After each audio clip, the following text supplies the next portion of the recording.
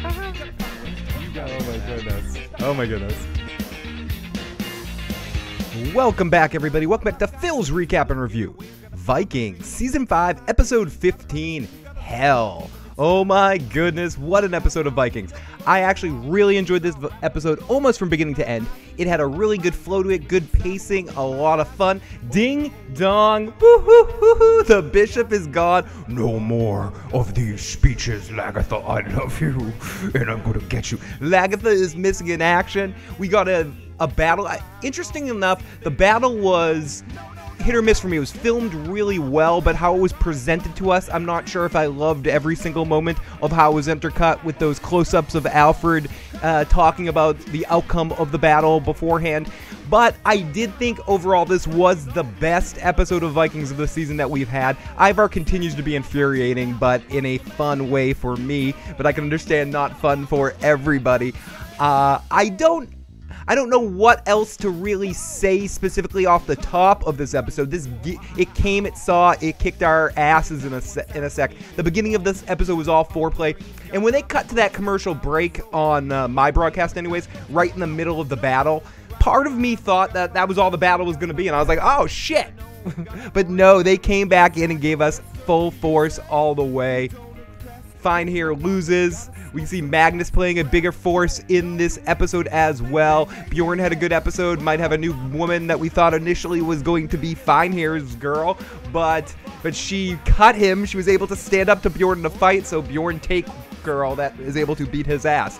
But yeah, I don't know. I definitely enjoyed this episode. I'd say this is the first one that from beginning to end I was kind of feeling it. And I don't know if the lack of the Iceland stuff helped me. And I mean, I don't even know, did it? Why am I asking myself that fucking question? I know it helped. I think it helped the flow of the episode, and everything that happened kind of led to a good point. We also had all the cool stuff happening with Alfred. I thought Alfred had a very good episode, as he's had an excellent season. And the MVP of this episode. Let me bring down the volume of the music here. Let me do this. Oh, I'm also not alone. Of course, I have with me the live motherfucking chat. We got Jim Biggs who says, Ivar sucks. He can't even grow a beard or a mustache. That should be a prerequisite on this series. Smokey the Bear LaFleur, one of the most poetic names out there. I love that. Just returned home from work. Hopefully I can catch the end of you live, but Vikings first. Poof. K-Rich says, great battle scene, but I felt the planning session in the night before battle scene would have enhanced this episode.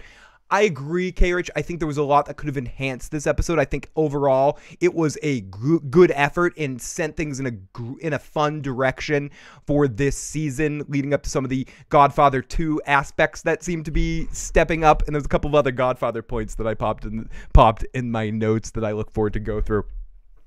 But I thought this was the episode where it felt like it had its legs of figuring out what kind of show it wants to be to a certain extent. I think it works with the battles based along these more introspective moments, less dialogue, more feeling of the nature around them.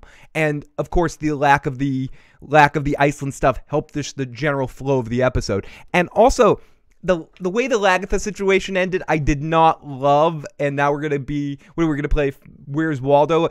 Where's Lagatha? We got to go out on a hunt for Lagatha's body. But there was enough really good stuff in this episode. Some stuff I can get nitpicky with. But overall, if they were leading up to this at this point in the season, I thought this was a good midpoint orgasm, so I can go through my television refractory period, get TV hard again, and then have another big crazy explosion at the end. I thought this was good. I thought how it was filmed with the fire, the way it all looked, visually how it was shot was top notch. It reminded me a little bit of Battle of the Bastards, but at a smaller scale, not a larger scale, which was all right, but not because of the fire necessarily, but just it also reminded me a little bit of Smash Brothers Ultimate when you're in a sudden death with somebody and the fire is coming in on you. But that's neither here nor there. But there was a lot to that battle that kind of reminded me of a couple of Game of Thrones battle situations, but not in a copying way, just in an inspired, let us do our version of that kind of thing. And I felt like they matched it in their own way in the way that the battle looked based around what their production staff does. And I keep saying this, that their production staff keeps getting better and better. They find more creative ways to show the fight. I don't want to poo-poo or crap on or spread my ass cheeks over the way they were doing the cutaways to the battle. And then we were fighting in the podcast.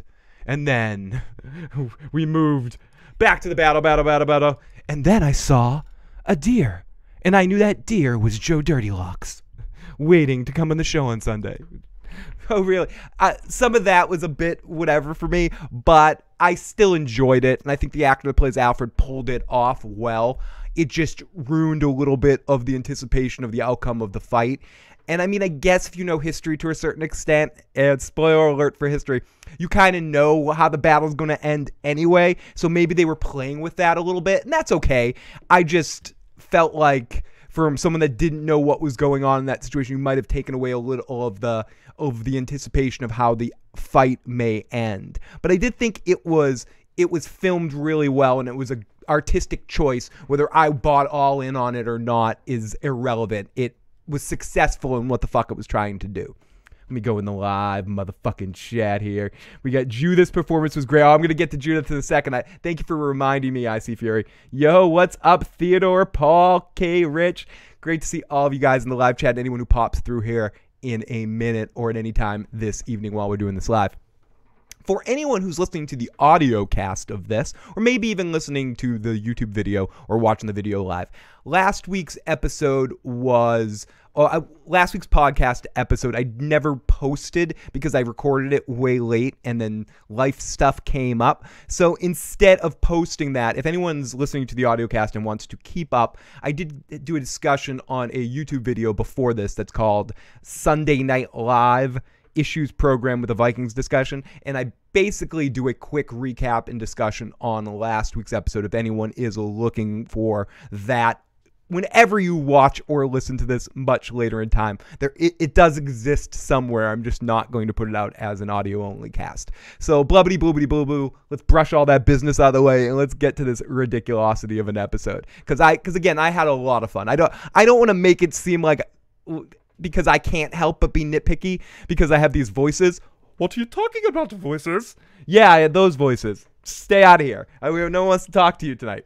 Not until I drink a little bit more. I have these voices. My co-host isn't here tonight. See, he'll be back on Sunday for an end of the year cast and somewhat Game of Thrones Q&A session of sorts. We're going to be talking about a couple of highlights of this past year and also talking about just with the general Game of Thrones topic kind of thing on Sunday evening, and that'll be the next cast. Okay, enough business. What's going on? We got Dave in the live chat. The Alfred cuts were a bit annoying, but they made sense historically. Yes, exactly. And Stephanie was watching them with me, and she was like, so this means that Alfred wins this battle. That kind of sucks. And I get that. I absolutely get that because I kind of got a little bit of that feeling as well. But I think if you make sense with the history and knowing how the battle generally ends, I think it was an interesting choice, and I thought it was successful in what it was trying to do. Again, whether I bought in or not. Okay, so I want to get to the MVP, and I want to toast a drink. I want to take a sip of my alcoholic beverage here. And say my MVP of this episode was Judith, though. She killed it. Her torture scene, the way she had so much enjoyment out of that scene, the way she took her time and almost seemed bored by it. Hey guys, I'm doing a podcast here. Yeah, I'm talking about this episode. It was good. Yep. You guys are going to totally understand what I'm talking about by the end of this podcast. Yeah, you are. You're going to feel my feelings. This casual way she's torturing this person. You're going to feel pain. Yeah. You don't know who you fucked with. Ultimately, that's what she's saying to this person. You just don't know who you fucking fucked with. So much for a big battle, huh? No, it's more contained. But in general, I thought the battle worked in what it was supposed to happen in the episode. That being said, it's a little bit of the Eddie Murphy cracker thing going on in Vikings. They know you want this cracker and they lead up to it. It's this big lead up. It used to be that the show had an abundance of this, and I don't mind it being about other things and being more introspective at times. I in fact enjoy that. But I think Vikings thrives on these big battles, and maybe they don't want to give it to you all at once, or don't have the budgetary reasons to pay for it through everything. So they lead up to these moments where they have these big apexes, and I think it worked in this episode, but it wasn't as huge as, say, last season's big battle or others that we've had in the past. It was more a interesting battle and more introspective of watching Alfred become the great leader he is going to be. But rest in peace, Bishop Batman. Phil, Vikings was epic today. I agree. I had an exceptionally fun time with this episode. If Vikings has this standard of this episode being the norm, being the median shit. I can't say anything decent without adding a shit. No, if this is the median shit of Vikings, if this can be the base of what we're going to get from week after week with this episode, from these episodes, I am fucking excited for next season. This is more like it. And I don't mean to be dicking around this. Is that me sticking my dick in things around? I don't mean to be dicking around here. But yes, this is fucking awesome. I was seriously entertained by 45 minutes. Could I nitpick here or there? Of course I could.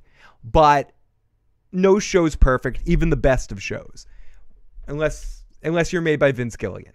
But even those shows, I'm sure people that would want to could pick apart those shows. But I cannot express enough how much I actually really enjoyed watching Vikings tonight.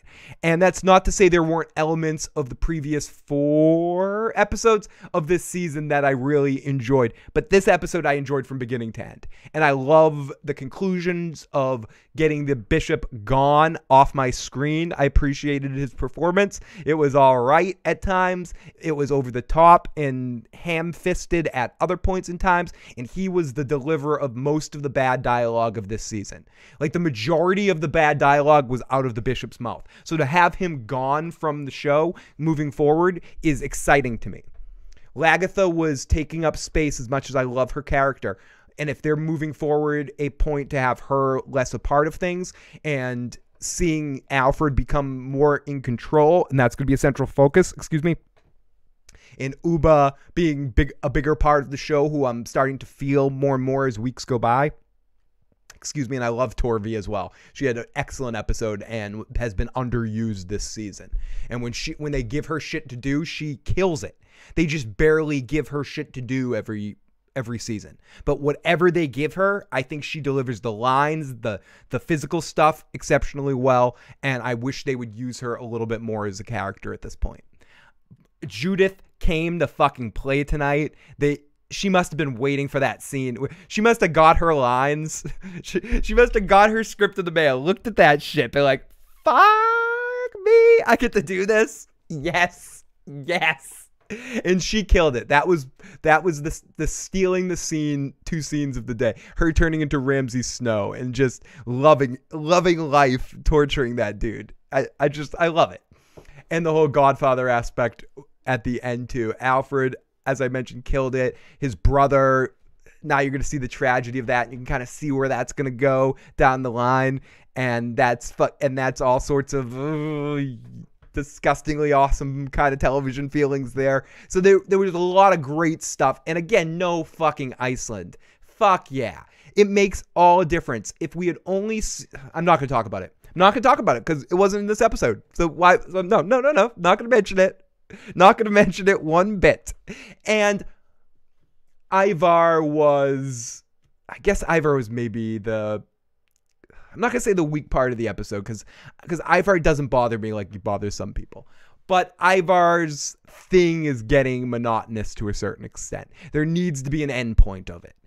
Or some sort of variations in his storyline. And hopefully it will come from Hitzak, and he will do something more, be more actively interesting in the story as you can see things from his perspective. And I think the more they do that, the better the Kattegat stuff is. Because I thought the Kattegat stuff was really good tonight in the parts where we were focusing with Hitzak, looking at like the Ivar statues coming up there and all around. Ivar dancing around, and I him in the whole, oh shucksy poo, oh shucksy poo, did I kill the sea? We're gonna find the seer's killer. I kind of liked all that stuff. I like him fake being nice and fake caring about people, and I'm very curious, and I hope Vikings has a habit of sometimes fast tracking things. I want to fast track to some conclusion with the Ivar situation. I really, again, extremely, this isn't a prediction, this is a fucking hope that Ivar is playing Freyas, is waiting for her to give birth and then go, I knew you were playing me this whole time. If he's really all in on this, I understand what they're trying to get me to believe, but I've said this before on other shows, and I'll say it again, that I don't buy it on screen. This isn't anything against the performance of Ivar or the performance of the actress playing Freyas. There's just a lack of time and something. I can't even put my finger on it that I don't buy all of this. And I'm hoping that's because Ivar's playing a game. I'll say it before, I'll say it again. That's what I hope is happening. Let's go. Let's go in the live motherfucking chat. The KFC commercials were annoying. Is called Jason Voorhees on the wheel yet? Not yet, Jason. I gotta get the phone lines. I gotta get everything all set back up again with the wheel. But Jason in the live motherfucking chat. Be wary, everybody. Don't go out at night. We got Fred right. I like the music. I like the music too. It was done exceptionally well. King Alfred grew a pair in this battle. I'm glad the Bishop flip-flopper died. Rest in peace, Bishop bro. Targaryen Lagatha, where is she? She's turning into a dragon somewhere. Bishop exit stage left. Merry Christmas to you, Big E, as well. I forget if the die did. Anyway, hello live motherfucking chat, says Blue Steel. Smell you later, Bishop Overactor. Welcome to the new Overactor, Magnus. We'll get to him a little bit later.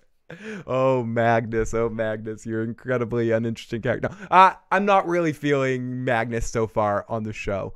I'm hoping his character gets a little bit more interesting as time goes on. He's just a little bit, he reminds me of a character that, and I know it makes sense in the story, we've been waiting for this character to come back, but there's some level of the way the actors play him, like, hi, I am, what was the Cunningham brother that disappeared? Whatever. That just shows, if he just showed back up, hi guys, I was in the basement the whole time. What's up? I don't know. There's a little bit of that aspect of it. Jeffrey is in the live motherfucking chat. Love to see Jeffrey. Yeah, I was waiting for Alfred to kiss his brother. Yeah. Athelred, I knew it was you. You were the one that broke my heart. Alfred's crazy eye stare, best moment of the season. I definitely love that shit. I want a whole episode with just Ivar's wife, Paul Q. I'm sure we might get that eventually. I enjoyed Hitsock's acting tonight. That I don't believe that shit look he had was awesome. I was going to talk about that a little bit later, Centovia, but you are, as usual, on the fucking pulse of it. His subtle acting made Kattegat really unbelievably fun for me. And I think the more they do that with Ivar, the better serves the program. And this is where I feel Ivar in a way that people that do the Ivar Negan comparison, and I wish Joe was here to have this argument because I want to have this argument with him. I don't see Ivar as the same thing. Because I think in The Walking Dead, no spoilers here, they make Negan seem like he's the cool thing to do. The show's telling you he's cool and he's the hot shit. When in a lot of ways he's not. And he's annoying and some of his speeches are monotonous and it just doesn't work. With Ivar, he's over the top and ridiculous, egocentric, smelling his own farts. But I think the show's trying to tell us that everyone around him is rolling their eyes at him and that what he's doing is ridiculous at times. And I think we're supposed to see that through his brother's eyes, and specifically now through Hitsock's eyes. I think Ivar is supposed to be not laughed at, but I think it's going to come to that with Hitsock just being like, dude, you're an idiot. You're an idiot. You're a fucking idiot. And I said that to him a couple times, but I love seeing it to that level, or at least if it never gets to that point, at least we have someone here on his side looking there being being like, you're a moron, and just giving a constant commentary of how ridiculous his monologues actually are. And I think that's why, personally for me, just if I'm looking at it just simply as a character standpoint, not even my likes or dislikes, I think Ivar works better. And I think the actor's performance in the show, the way that they deliver him, is way better than what The Walking Dead does with Negan. I can see some of the comparisons in the characters themselves and the way they're portrayed, and the way that they have that sort of calm confidence, and then Ivar's a little bit more over the top. Negan's a little bit more Cheshire Cat, but whatever. I don't want to get into a point-for-point crap between the two of them, but a couple people have said that to me, Joe, and a few other people in some comments I've gotten and texts I've gotten about, is an Ivar another Negan? I don't think for me, it's not quite that simple. I see where the comparisons you guys are making, but they're a little bit different in the way they're being presented on the show for me. Oh, Chuck Cunningham. Thank you, IC Fury. Ifrit's Crazy on Stare was the best moment of the season. I want a whole episode just with Ivar. And yes, let's see. And if anyone wants to call in tonight or text in and get their voice in the show, you can do that at 781-990-8509. And that number is 24 hours a day, 7 days a week. So if you're listening to the audio cast much later, I mean, it can even be 2-3 years later, whatever. This number, as long as Google Voice exists, this number will exist. Call on in, leave a voicemail, 24 hours a day, 7 days a week. Make it your drunk hotline. It's New Year's Eve coming up soon here. And make sure if you're drunk out wherever, having a great time, you leave me a voicemail on the Issues hotline. I want to hear some drunk dialing on New Year's Eve. So program that number into your phone, 781-990-8509. And at your worst and drunkest moments, leave messages. It could be about Vikings or just about anything. Tell me your problems. I want to hear them. Holy crap, we got the wonderful Nymeria in the live motherfucking chat. It has been too long since I've seen your wonderful name. I was going to say your wonderful face, but I'm not seeing your face. But I know your face, so I can say that. Your wonderful name in the live motherfucking chat. Lots of love and happy holidays to you and to Nick as well, Nymeria. Paul Q, Ivar, Negan, you're on equal actors, poor portrayals of insane. Paul Q, I think that's an excellent way of kind of putting it together in a way just to give a through line of all characters, because I don't want to completely dismiss what some people are saying with the Ivar comparison to the Negan character. I think they do have some similarities in the tactics in which they're being presented. I think Ivar works in a lot more ways than Negan does. Missed you as well, Nightmare. Hope you're having a happy holidays. So let's not waste any time. Enough of this foreplay. Let me stop talking smack. Stop talking crud. Why am I suddenly don't want to swear? I don't know. It comes and it goes. Comes and goes. Comes and goes. Time for the recap. Time for the wrong button. Recap.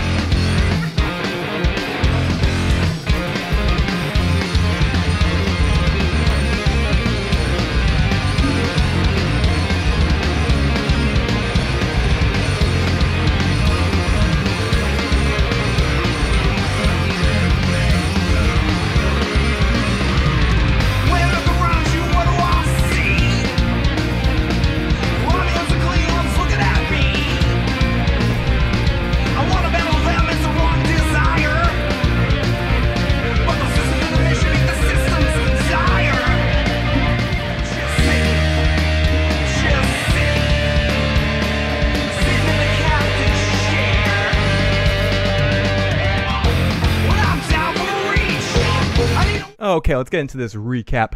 Santovia says, woo, sorry about that, everybody. Had to get the crazy out. Speaking of crazy Floki and crackhead Ragnar could pull over the top acting. Ivar works as bloodthirsty in battle. Yes.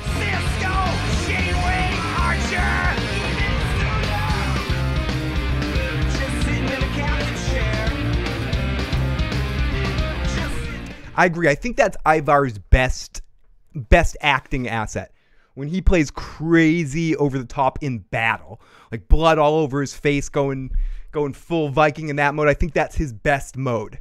I also think he plays what he did in this episode reasonably well as well. When he's playing sort of a duplicitous kind of double-sided character, when he's lying about the seer or just being this like, I don't know, brother. What do you think it is, you dumb shit? Like shit like that I think works as well.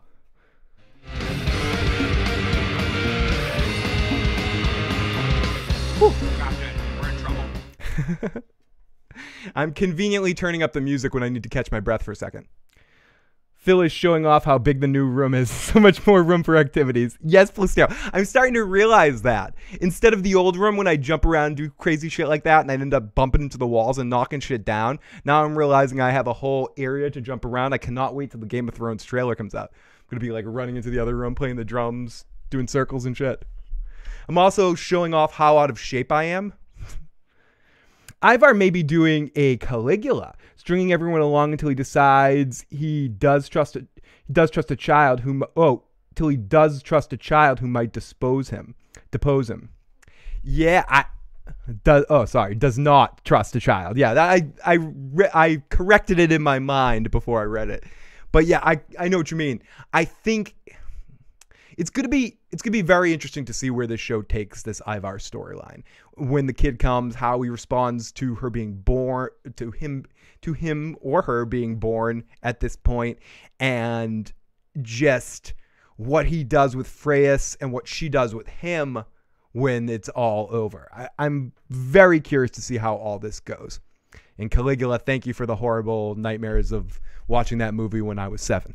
So, ding dong, ding dong. Let's get into the recap of this episode. We open up on the Seer's dead and Ivar's cleanup crew. He's got a cleanup crew. He's got these guys. They're all in Viking hats and Viking masks, and they're a whole like little cleanup Viking crew that Ivar has on his own. It's pretty awesome. And I want to have those people. I want to have a group of people that every time I do messed up shit, they just follow around and clean up my mess. But Ivar's got all these people loyal to him. And I think something that Joe wanted to see, that he talked a lot about last season, I appreciate that Vikings is giving us this year. So much time we can bitch about something and say we want something corrected. And again, maybe they're listening to us. No, maybe they're listening to us. But people that make shows are smarter than me right now. And something I wanted to see, and Joe wanted to see as well, was why are people following Ivar? He's saying he's a god. He's dancing around. He's lying about people who's Lagatha. He's killing people. We're seeing more than a lot of people trying to kill him. And him constantly, at least in lip service, being in fear of his life and fear of people overthrowing him. I appreciate at least that they're showing us that in paying us attention to it, even in lip service at times. It's worth mentioning that that's something we did talk about last season or a few times over the course of watching the show and watching Ivar's run as a leader on the show. We've said that, why would they follow him? Why would people be trying to kill him all the time? And it seems that he is getting people trying to kill him all the time. And watching back a few episodes of the season tonight to try to catch up Stephanie with the show so we could watch live upstairs. We're watching a couple of the episodes. That's been littered throughout the entire season from the first episode where he talks about not having an heir. So again, I'm hoping all of these connections connect.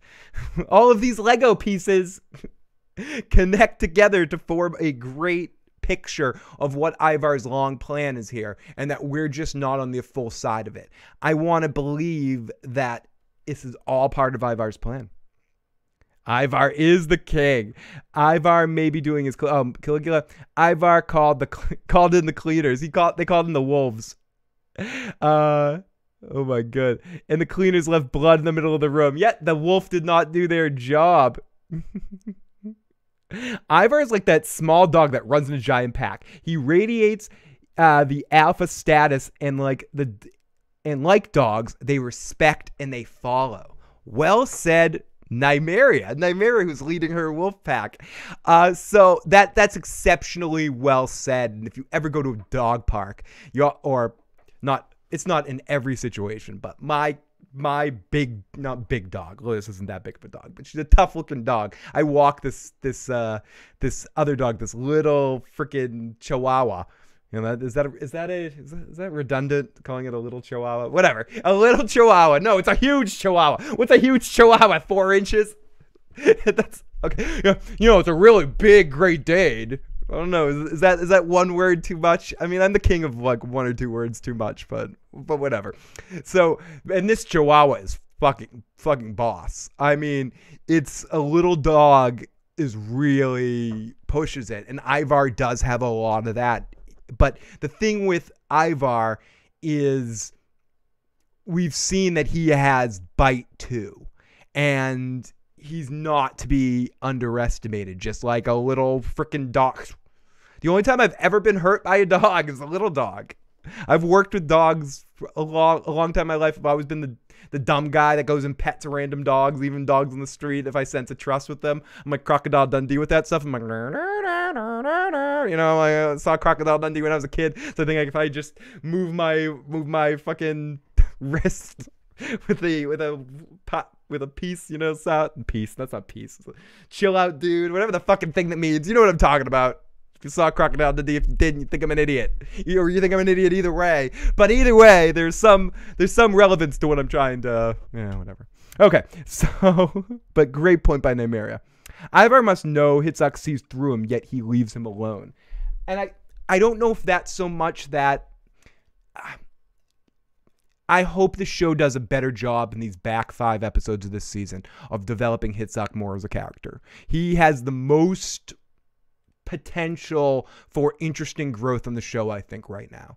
Him and Uba, I think, are the 2 that could sell me long-term in the show for another 20 episodes. I mean, I'm watching it for another 20 episodes either. Who the fuck am I kidding? But, I mean, that would really make me excited. I think Alfred's proved himself that this actor and this character is going to do a great job. I hope that they don't recast him anytime soon with an older actor. And if they do, I hope it's someone as good. Because I think the kid that plays Alfred is killing it. I think Hitzak, I want to see more how he has a contingent. He has a cleanup crew. He has a little, like, there's been talk of him saying, Ivar, you can't fuck with me because I'm Ragnar's son too, and there's people here that support me. I haven't seen that in action or in physical numbers in a quantitative. Stop trying to work words you don't know. I'm sorry, drunk me that's coming. But I haven't seen the numbers. Show me. We got the guns. You got the no. But show it to me. Show me, goddammit. I want to see. So, I'm not like the seer, but I want to see. I want to see him have a contingent of people that are on his side. So, if Ivar keeps going in a ridiculous direction, there's an end point, and Hitzak has people that are loyal to him. Bum bum bum. And that statue of Ivar in the town square. Yeah, seeing his reaction to that town square sign. I've given members of my family or my best friends looks like that in public situations when they're embarrassing you. You're just like, oh fuck, dude. And everyone always gives me that look. That's like the look my that I've been getting since the first day of my life. Gregory says, oh fucking no, not the bishop, no,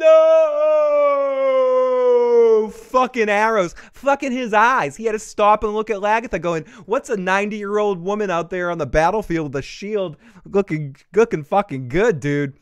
Yeah, it sucks. I mean, the bishop, the way he went out, but he went out killing it, and I thought that was one of the best sections of the Alfred speech parts when he says, and the bishop turn the tide of the battle, and you go to him and he's just eating Vikings for breakfast. I think the best aspect of that character, just to do a little, goodbye on his character for a second, I think his best element that he brought to the show is, I think, however they film the action scenes with him, he does sword play really well. And watching him on a battlefield has always been entertaining for me as a character. Some of his line deliveries, especially with Lagatha, I don't think have been the highlight of his tenure on the show. So it's one of the lasting memories of it is the Lagatha stuff, which is, to me, the weakest thing either of them have done on the show.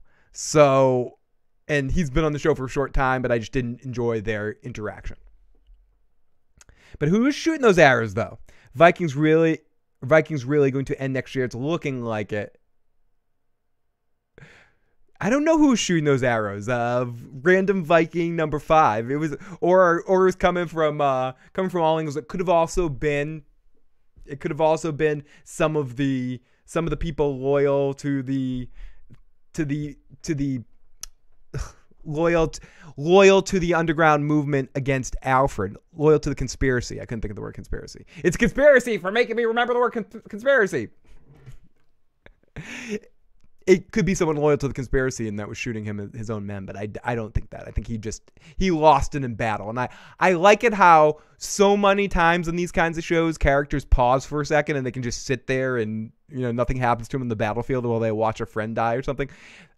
He pauses for a second to watch Lagatha and he ends up getting shot full of arrows. It was an interesting way for that character to go out, considering how crazy of a battler he was. And it's good that we got to see him battle one more time. And yeah. No one else died from arrows. Bishop is dead, and that's sad. Let's continue on this episode. So then Ivar's cleanup crew in the Silent Night. He's in the cart. He's brought to the woods. The seer's burned. And Ivar, this is weird considering what happens later in the episode. I said Ivar looks a lot like Michael in Godfather 2 here on the bench. So then we go to Hitzok looking for the seer, and he's gone. The music is confusing to go with the vibe. I made special note right here to say I really like the music throughout this entire episode, especially at the beginning. So I'm going to go to Ivar and his wife, and Hitzok asking about the seer, and he's playing dumb, and they're both drunk. Like, hey, Hitzok, did I tell you I'm a god? Did I tell you I'm a fucking god? Let me smoke something because I'm a fucking god. Go fuck yourself. Yeah, no one else died from the arrows. Taking bets. Did the bishop go to heaven or hell? He called out Lagatha for his sins in his final breath. Okay, in the basis of this show, we're doing like fakey world of the show. Did he go to heaven or hell? I'm going to say the bishop went to hell, but not because of, not necessarily just because of Lagatha. He's committed a lot of fucking sins throughout his tenure as a bishop. That's what happens when you bang a gilf. Says Nymeria. Love you, Nymeria. You funny fucking bastard, Nymeria.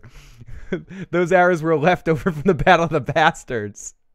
Right, I'm wrong. I'm sorry. A couple of other Vikings died from arrows too, says Jeff. But hey, it was fun. It was funnier when you said no one else did, Jeff. We won't correct you. We're just gonna pretend you didn't read that. Santovia, I mentioned this at the beginning. Judith was my MVP of this episode. She killed it in what the time she got. She was incredibly fucking awesome, cold-blooded, entertaining, multi-layered as a character in everything that you could feel within that performance, having what she's lost with her ear and just everything she's learned up until that point. I thought that was a well paid off scene from an excellently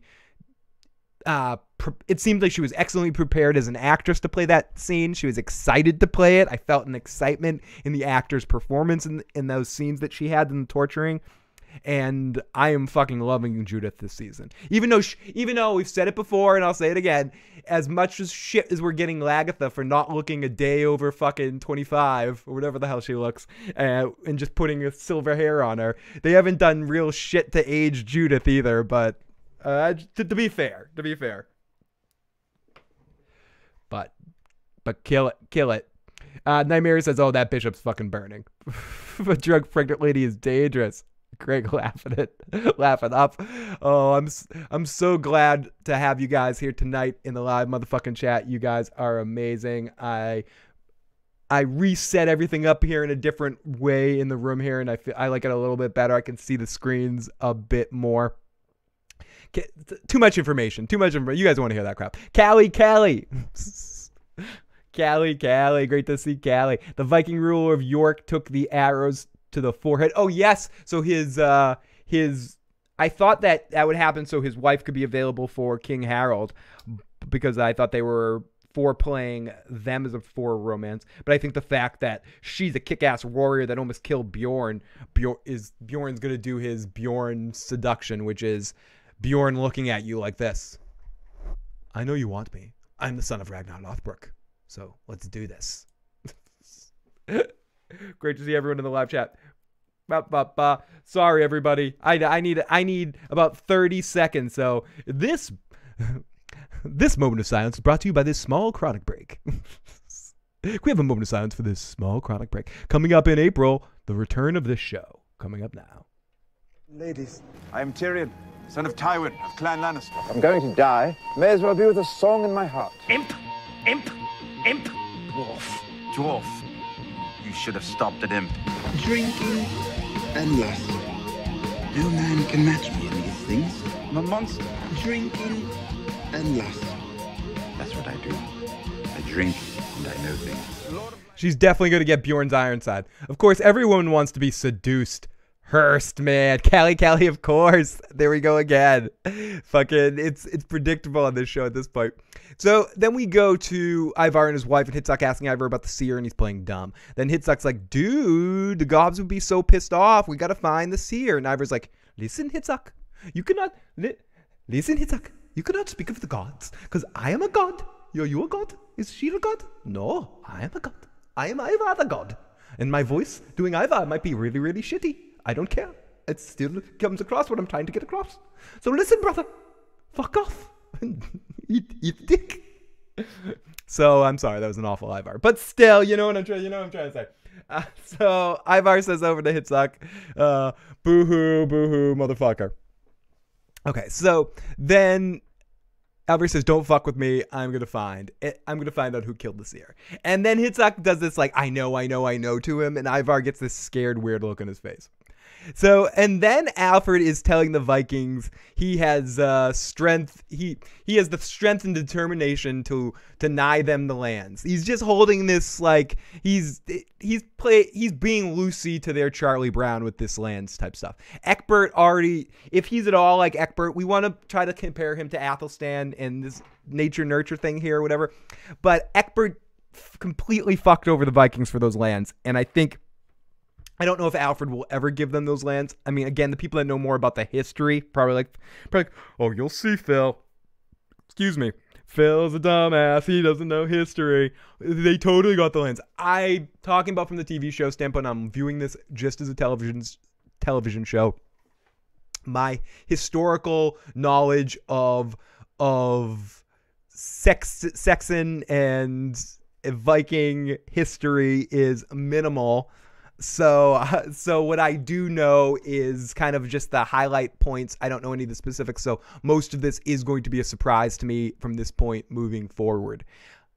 So, blabbity bloobity blah blah. Nymeria loves my Ivar. There'll be a few more of those later in the show. Thank you, Nymeria. If I think about it too much, I cannot do it. But sometimes I can do better than not, you know? I don't want to. You probably don't want to look at me. It's better if you're not looking at me when I do it. So, stop looking at me. Paul Q says, "Not know about Ivar, but that was kind of a perfect Floki, though." Thank you. It's like all my accents end up sounding like the same thing after a while. Don't worry, Phil. It's not historically based. I don't see any history anymore. This show is like on a completely different path. Alfred recounting the battle was epic, says Jeff.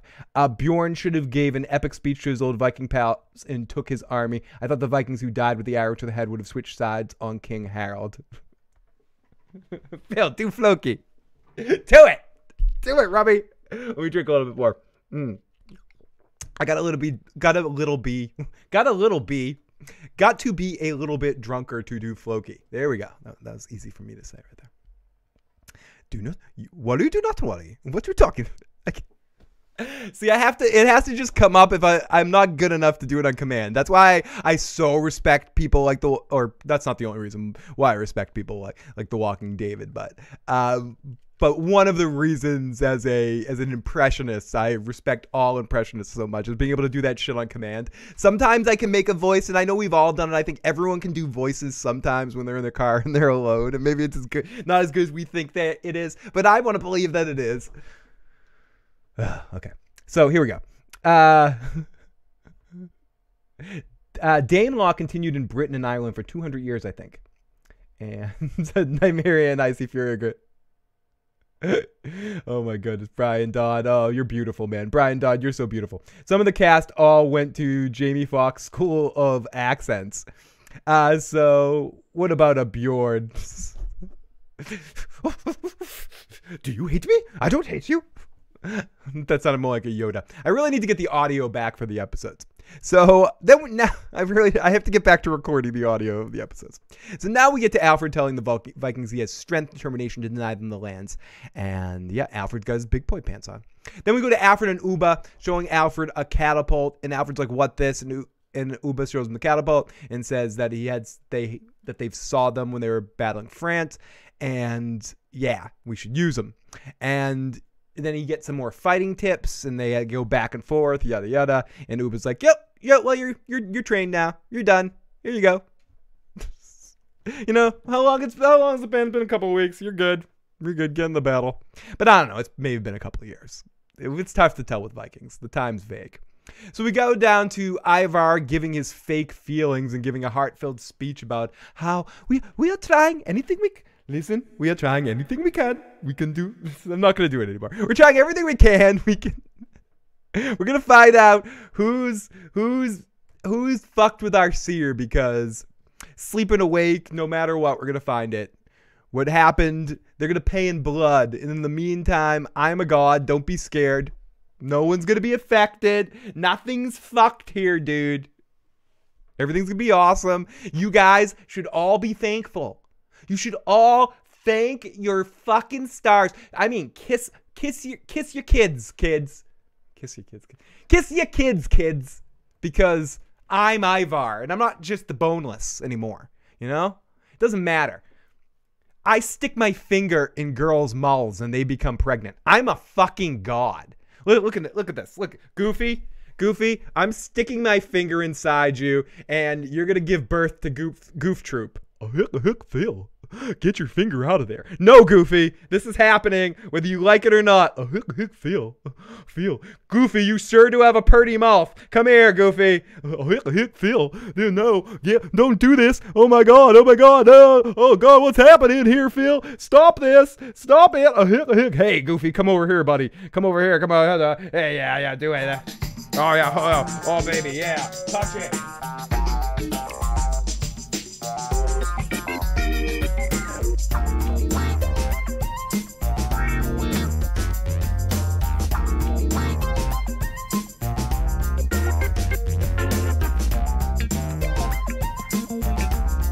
Okay.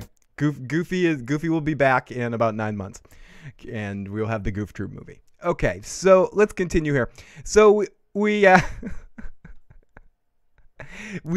waking Cat again. He's gonna find out who's gonna do this, and everyone should be happy because he's a god, and don't be scared, and everyone's gonna be fine. And Hitsuck's watching all of this like, the fuck is going on here? What the shit?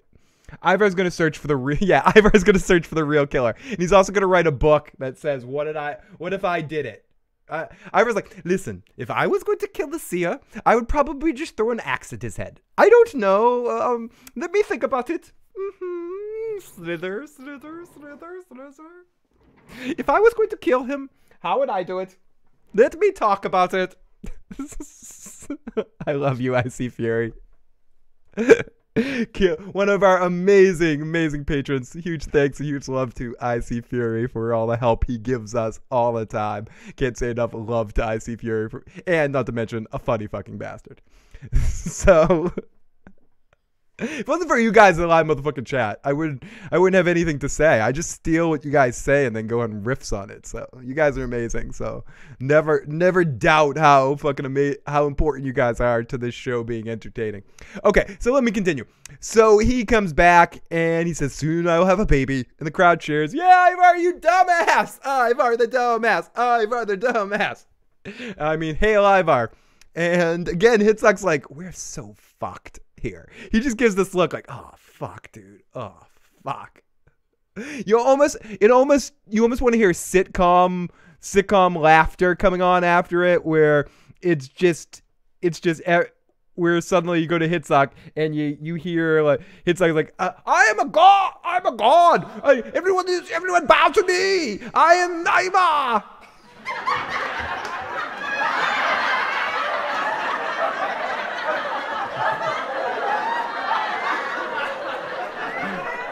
That's just horsing around. No, I mean, fuck. Ivar didn't do it. He was playing golf in Brentwood. He was framed, I tell ya, framed. If the chariot didn't fit, it must have quit. Okay, so he's. I should have said axe. Axe would have been funnier. If the guy was asking for it, always in a shallow grave, licking dirty hands. I'm not saying he did it, but I understand since interview. They need the theme song from Curb Your Enthusiasm. Dun dun dun dun dun dun. Guy was I know, he was always licking people's hands. That dude was on death's door. Did you hear him coughing? He probably just coughed. That blood was what he was coughing up. Ugh, God. Okay, so then we go to Bishop's sweaty face as he wakes up to fight. So then we go off to the king and queen, and he had a nightmare. And it was kind of a weird cut coming in from a commercial where he just cuts in and I mean, we got the dream sequence later, but it would have been interesting to see a little, whatever. I don't want to re-edit the show. I wouldn't mind seeing a flash of what his dream was ahead of time, then hear him describe it more when he was talking to Lagatha. The way it came in on the dream right as he was waking up is just a weird television thing. It wouldn't be an issue if I wasn't watching the show on a broadcast network where it goes to commercials, where it came back from commercials on a jump cut in right as he's waking up. Where if it kind of just flashed to the next scene, it would have worked. But coming in, it would have been better with a little bit of a lead in of the bishop's in some weird area and we see for a second he's in hell and then he wakes up. I don't know, whatever. Stupid bullshit. Bishop Batman. This show needs the Seinfeld bass music. I wish I had some. I don't have any. I don't have any of that. But I think I thought I had like I got a bass line or something. Is this bass line? Oh no, it's just a drum beat. On my show, it'll be drum beats. Oh, and we. No, that was horrible. That's horrible. Horrible transition. We go off to the king and queen as they embrace, and then we get Torvi and Uba embracing. They have their moment. She's like, "Dude, you need to hedge your bets and get the protection of both gods." He's like, "I don't know. I don't know if my god would you like, and my god doesn't like this god, and you god likes this god." Blah, blah, blah, blah. And she eventually convinces him of it. It's a good scene between the two of them. Again, I like Uba this season. He's becoming more interesting to me the more time goes on, and I love Torvi in every scene she's in. I said that earlier tonight in the podcast. I'll say it again. Every time they give her stuff to do, she kills it. They don't always give her stuff to do. And there's no reason why they couldn't give her character more. And when they do, it makes sense to the story and it works. So I guess they shouldn't force it. But I think she's always kills it in what she gets. He was sleeping on a huge rock. I had fucking nightmares too, says Paul Q. So yeah, we're going back to the king and queen. The king wants to see Uba. So then we get Bishop talking to Lagatha, and this was maybe whatever. This was, for whatever it's worth, this was the worst scene in the episode. So Bishop talks to Lagatha. "I must renounce our love." "Listen, Commissioner Gore, Lagatha. I must renounce our love. The Lord, He's coming. He came to me last night in a dream. I had a dream about a bloody golem. That's right, it was Gollum. It was this little creature crawling. Totally looked like Gollum from Lord of the Rings. In the shadows and in the fiery bloods, I saw Satan. He said, pick your death. And I was so afraid. I was afraid. I must say goodbye to love. You were afraid. And then she says, you were afraid? I never knew you to be afraid. Well, I'm afraid now. I'm afraid, Commissioner Lagatha. I'm afraid I have to quit loving you. I have to renounce my love so I can go to the divine heaven, and my face will be with your face, and I'm gonna love you, and then she's like, are we like breaking up? Because are you using the whole like God told you to break up with me thing? And he's like, well, like totally I'm sorry about that. I totally like can't think of any better excuse, and I'm gonna die. We need some drama here right now, so I'm gonna like totally abandon you right now, and like let's do that because I'm totally dead by the end of the episode, and let's like have some more drama. Let's suck this for as much drama as we can get here. Okay. I'll go with it too. Well, fuck you. You suck. You never loved me anyway. You just love your Jesus. You just love the Jesus. My brothers, my sisters, I love the Jesus. I love you. I love Jesus. Boom. That was my emotional interpretation of what that scene was like. I didn't really love that scene. I don't like their relationship. It's a waste of time. It's a waste of my energy. It's a waste of my fingertips typing out notes. And I'm going to say it both ways, the wrong way and the right way. I could give a shit about that, and I could give little no shits. I could give no shit about that. Whatever. I think I made Brian pregnant right there. I'm sorry, Brian. My voice does that sometimes. Lagatha Targaryen. The bishop, we can't go on meeting like this scene. It's not you, it's me. So I'm sorry about that. So then we go to Uba and Alfred. Lagatha needs to go already. She does. And the fact that they're going to drag this storyline off a little bit so that we eventually see her die somewhere.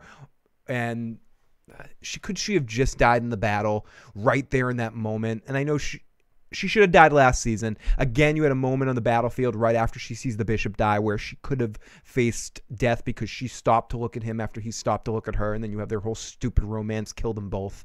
And then I'm happy because the show just says, okay, fuck all this shit. And I know Lagatha's an important character for the beginning part of the series, but her character's been completely deballed. Her character's had The Simpsons done to her, where it's a show where it's gone on so long, it's just become a caricature of itself. And seeing her on the battlefield tonight did not look good. It did not make sense, and she should have been killed. And yeah, I'm sorry, Lagatha fans. I was one of you. Go back to our early season recaps and discussions on Vikings. I would scream that she's one of the best characters on television.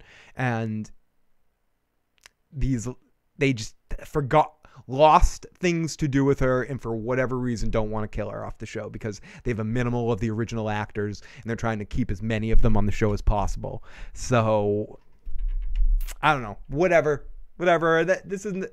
And I feel like it sucks because of how much I enjoyed her character at a point in time, and I have to readdress that over and over again if I'm bashing what they're doing with her character now. But this whole bishop romance storyline was the worst yet. It was one of the worst storylines for me on all of Vikings, the entire run of it.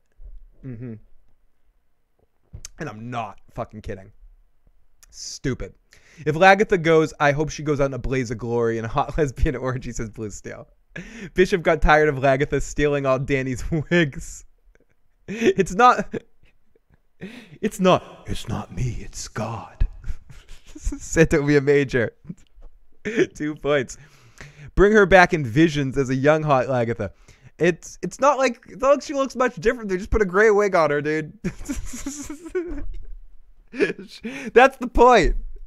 Look at her skin. They didn't add any crow's feet or add any age. Whatever. Hopefully she's just going to fade away in the show and turn to dust. I hope we just never see her again and she just became part of the scenery, you know? Anyways, so Yeah, that's all of that stuff. I don't want to bemuse a good episode with talking too much about stuff I didn't like because it was such a small part of the episode. But and that storyline for all purposes ended this evening as well with the death of the bishop. So when we go to Uba and Alfred talking, and Uba is like, "You're certain this plan," or Alfred's like, "You're certain this plan's gonna work?" And Uba says, "Well, if you believe in me." This dialogue was a little cheesy. It was a little on the nose, or a little, as they say, it was a little paint by numbers here or whatever, soap opera. So Uba's like, "Listen, will the plan work? Oh, if you believe in me. Well, you can't just believe in me. You got to believe in yourself. When you're not fit to wear that crown, kid." It almost turned into Vikings after school special for a second there. Uba's like, "Listen, Alfred, I don't have a voice for Uba, so this is my Uba voice right now. Listen, Alfred, you and me need to have a talk. You need to believe in me and believe in yourself, Uba. You need to believe in me, Uba, believe in you, and believe in me. Because if you believe in you, I believe in you, and I believe in each other. Listen, Uba, this is Ivar. I am here. I am going to kill you one day, Uba. You will see. Ivar, I don't know, Ivar. All my voices are going to sound the same, Ivar. That sounds nothing like you, Ubi. This voice sounds much more like Ivar. Now this is Floki. Listen, all of you guys. I am in Iceland. This is my stupid Floki accent. Listen, everybody. My name is Bjorn. My voice is much different than y'all. Okay. I'm sorry, guys. I'm getting a little drunk, having too much fun. Okay, so let's continue. We go to "You're not fit to wear the crown." That was a artistic interpretation of that scene. So then we go to Judith giving a speech to take care, or talking to his brother, talking to Athelwulf or whatever his name is, saying, "Care for your brother, make sure you care for each other," and he's a kid. And Alfred's got his king look on, and they head out there. See, Bjorn's getting ready to fight, and he leaves. Magnus gives him the hairy eyeball. Alfred comes out, mounts up, and says his buys. And then that one dude that was leading the charge of to try to get the conspiracy thing going on gets grabbed and arrested for treason. And they head off in a nice aerial shot of them riding out of Wessex, heading out to the battlefield as Judith is going to have some fun. Judith comes in, and these are some of the best scenes in the entire episode, as I mentioned. It's like, "Dude, I swear we're going to have so much fun torturing you. It's going to be a good time. I'm no gentle lady. Don't fuck with my son, motherfucker." Cheesy, this show? Nah. Hirst, cheesy? Say it ain't so. Get up, Rocket. Thank you. Listen, Rocket. Davy. Listen, Rocket. I'm Bowinkle. There's not much of a difference between Bowinkle and Goofy. Okay, Rocky. No, sorry. Explain the conspiracy. I'm lost. They need to wrap up Floki in Iceland. I want to see him on the battlefield, but probably won't ever happen. Okay, the conspiracy is all the priests are pissed off that Alfred was trying to teach English in the churches because they want to be the only intelligent people, and they don't want everyone to get knowledge and know all the shit.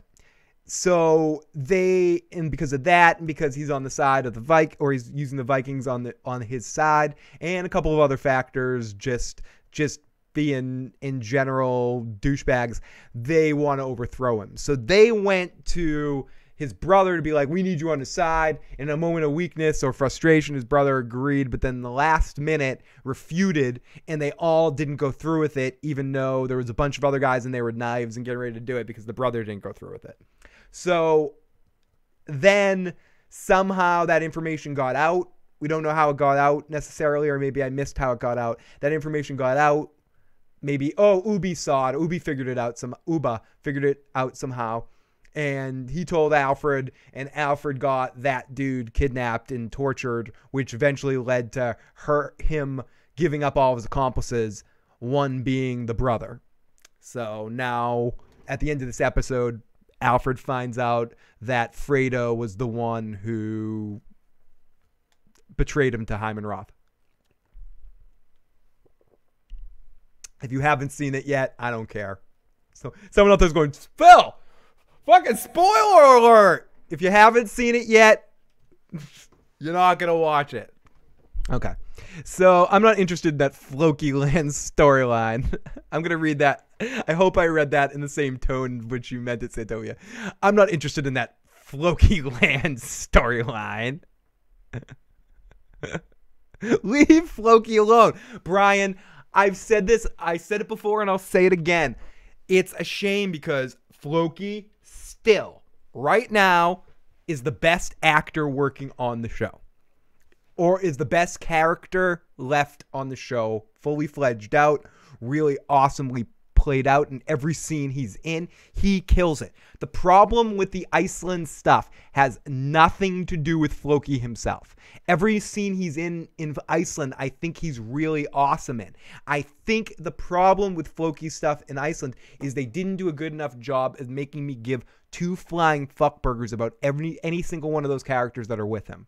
He should have gone there with one of, and I don't know if it historically could have worked, with one of the Ragnar brothers to make it more interesting and at least have some sort of dialogue and interaction with another character we give a flying fuck about. All these people are expendable in Iceland. They don't matter. And I don't want to dwell too much on this because it wasn't in this episode, but I think for me anyways, that's my biggest issue with the Iceland stuff. Floki is awesome and continuously awesome on this show anytime they find a way to put him on screen. And that's what the shame of the Iceland stuff is, because the show is betraying their best character and using him to further a storyline to say, oh, excuse me, the Vikings were in Iceland.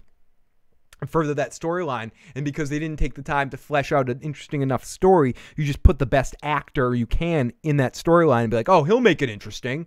And that's not how it works. Instead, it's fucked him over and fucked over the actor and the performance, because they're doing it because they don't have enough meat there or fire there to burn something good. And you bring Floki over there and you're like, oh, he'll make it interesting. And no. You write Iceland better, write more interesting characters, and that shit would have worked. It's not Floki's fault. So let's continue here. Uba is like, I walk into camp and talk to King Fine here. This was an interesting scene as they have a friendly meeting. We meet his number one, who's dead by the end of the episode, so I'm not even worrying about learning his name. They talk about York. They have some drinks. They're all like super friendly. He's tell me, Uba, why are you with the Christians? He explains the situation. We get the lands. We fight for them. And he says, that makes a lot of sense. Harold says, he won't give you those lands. You need to take them with the iron price and be a fucking Viking. Ragnar was wrong. Blood first. Always blood. Fight. It's always better something you take than something you're given. And what's going to happen after this? You'll capture us and bring us back to Ivar? And he's like, no. Fuck Ivar. It is number one says, listen, dude, yeah, we're going to go overthrow Ivar after all this shit's done, after we kick Alfred's ass, because that's going to be really easy. And then Uba's like, listen, guys, there's got to be a compromise. And they said, listen, Vikings don't talk about compromise. What the hell what the shit are you talking about? And he says, I've been baptized. And he goes, well, Ragnar's son. And wait, like, why wasn't Ragnar baptized too? Whatever. But King Finder says, listen, what do you want? What's the compromise? And Uba basically says, listen, name your price. Tell us what kind of gold and shit you need, and we'll come back for it. So that's the plan. So Uba, that was what one of Uba's plans with Alfred was, to have him go to the Viking camp and stall for time. So he goes, he asks for him. He's going to come back tomorrow, theoretically, and get that information. So I'm going to go over to Judith, who is, let's stop in the chat for 1 second here. Preach it, Phil. Yeah, it's true that it's just a shame why they did the Iceland stuff. And you can see it's so obvious. It's one of those situations where they wanted to do Iceland. They didn't have enough interesting stuff written on paper, and they probably just said, oh, we'll put our best actor over there and he'll make it interesting. And instead of establishing characters and taking the time to make interesting storylines with maybe Floki involved in it, they just did a nothing storyline, repeating broken record for for a bunch of episodes, because it was last season too, for a chunk of episodes to have one conclusion, to have all of that shit could have happened in 2 episodes worth of time, or 2 episodes worth of cutting in there occasionally. So what Iceland is and has been on the show should probably have been a place that we've popped over to a few times. But instead, because Floki's there, you want to go there every episode because you got to keep your best actor on the screen. It's a fucked up situation. And I think tonight's episode was better because it didn't have that. Ivar's wife should have been constantly bathing in the hot springs of Iceland. Paul Q, we'll send that note off to the History Channel. We love Floki here. It's the storylines that sucks, as Antovia. Lagatha hooks up with Judith, goes blonde again, and makes me a single-handed viewer. Let's see. Let's continue here with this shit. They need to wrap up. Oh, okay. I scrolled down a little bit. They need to put Floki back on a boat to Kattegat. Yes, they do. Get him that on a boat to Kattegat so he can smack Ivar around and do his laugh when Ivar says he's a god. He thinks he's a god. Very stupid boy. Yes, they do, Blue Steel. Does Bjorn even know Athelstan is Alfred's father? Maybe he would have love for him if he knew Athelstan was his family. A couple people have said that. Someone said that in the chat before. I think King McKay's talked about that on one of his videos. I would love to see a discussion between the two of them where that information comes out, where Alfred tells Bjorn about Athelstan, because I think that would change the dynamic of their relationship a great fucking deal. Robert says, Phil, you walking fucking sex bot. Hope you had a good Christmas. Holy motherfucking shit. Holy shit. Here we go. The wonderful, the amazing. We have one of our best and most beautiful live motherfucking chatters, the wonderful Miss Timo. It's Timo's rant of the night. It's Timo's rant of the night. Not that she's ranting right now, but I just wanted to play her song because... It's Timo's rant of the night. It's Timo's rant of the night. It's Timo's rant of the night. It's Timo's rant of the night. It's Timo's rant of the night. It's Timo's rant of the night. It's the rant of the night. Go Judith. Go Judith Snow. Go Judith. Go Judith. Go Judith Snow. Judith, I was just talking about Ramsey earlier tonight. Judith went full Ramsey, but Timo with the $30 super chat donation. Huge thanks to Timo. Amazing super chat donation. You are amazingly wonderful to us here in the show. Finally caught up enough to catch you guys live. Apparently, I have a god in my basement. Hell yes, I'll drink to that. Missed you all. I am Iva. I am a god, and I'm sitting in Timo's basement getting whipped. It feels very good. Oh, that's a horrible way to welcome you back, Miss Timo. But thank you so much for that super chat donation. It is wonderful. Now, $30. Robert, stop trying to get what you want. No one wants to see that, Robert.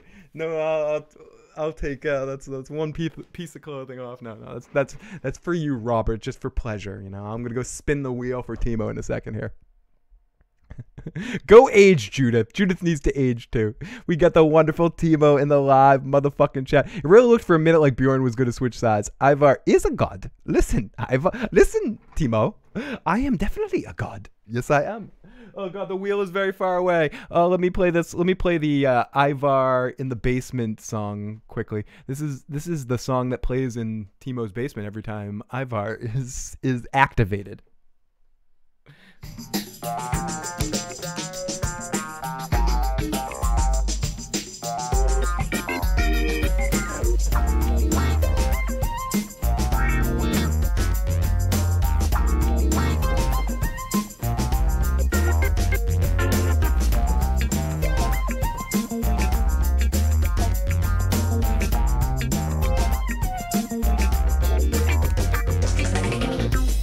Now, Timo's 3 spins. I gave Timo 3 spins right there for that amazing super chat donation. She got, number 1, she got everybody drink. So whatever you're drinking, whether it be water, coffee, soda, beer, wine, blood of a Viking skull, pick that drink up and let's toast it to the lovely Miss Timo.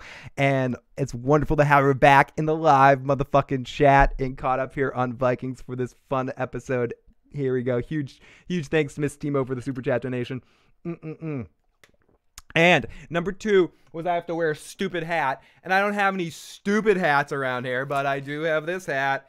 So yeah, it's about time to put this sucker on. So I'll put this motherfucker on for a few minutes here. I know that's a stupid one. It's really just to have me put my big big silly dog head on. And the last one was I have to do 10 push-ups. So let me play some fucking music. Wait, let me suck on my finger. I think I am pregnant. Phil, we discussed this before. Why is the wheel so far away? It's because I move it there during the normal evening. I've moved it up a couple of times, but I forgot to move it up this evening. So I do have to do 10 push-ups. So here we go. Let's play this. Let's play one more song here while I do some silly push-ups here, and let's make it sad. Let's make a sad push-ups. No, I can't do push-ups to sad music. No sad music. No sad. No sad. Oh my goodness. Here we go.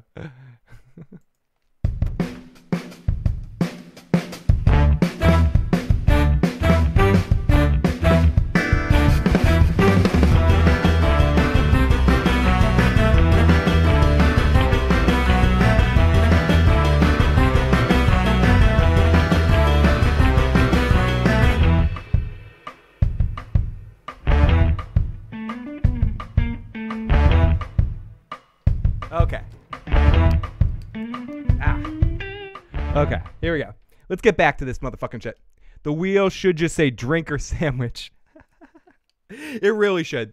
It should be. We're gonna totally redo all the wheel prizes and erase them and pick a live show where we just live pick a bunch of different things to pop on the wheel pretty soon too, and get a couple other little added bonuses for Game of Thrones season coming up. Gonna get maybe a little Plinko board too. I've been wanting to get for a little while. But anyways, okay. So let's go. Take a shot and then do push-ups. Oh my goodness.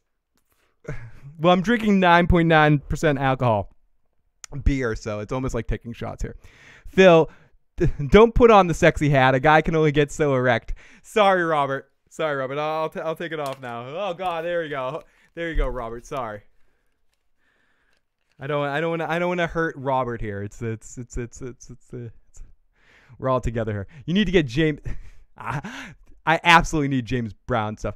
Wow, you've been practicing since I last saw. That looked too easy. Let's bring that up to 25 push-ups. I ran around the room very quickly earlier. I already got my heart pumping and stuff. Okay, so and no problem, Timo. We appreciate all the support that you've always given us. You're so amazing to just have you back in the live motherfucking chat. Okay, so we go to Judith, who almost looks bored while she's fucking up this guy. This guy's teeth's being ripped out. He's being stretched in every part of his body. It all ends with a bloody tooth on the table. It looks like my last dentist appointment. No, I'm kidding. It looked like one of my dentist appointments anyways. It was just a horrible situation. It was bad. Oh, God. And Judith's just sitting there like... Do you watch Game of Thrones? You know, I love that part. You know Theon? Yeah. I'm going to find out what I want to find out. Huh? Do you know who my two favorite characters are? No, she's just sitting there super relaxed, really loving it. Have you ever heard of Jack Bauer? You're known for a world of pain. Do you know what happens when you fuck a stranger in the ass? This is what happens when you fuck a stranger in the ass. Badass Judas. I still want to see her ear. She should have showed it right then. She should have showed it at one point in time. Like that should have been like the ultimate torture at the end. She's just like, and.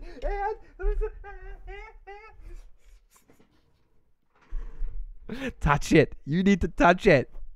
You want to touch it. So we go over to Magnus, who turns himself into, or goes to Finehair's camp, who goes, are you a spy? He's like, no, I'm another son of Ragnar. And Finehair's like, another one? Another fucking son of Ragnar? Give me a flipping fucking break. And he says, no, I'm not a Saxon. I'm not a spy. I have Viking blood. Let me fight for you. Come on, please. And somehow through all of this, he talks about King Alfred's preparing his army and getting ready his army to fight.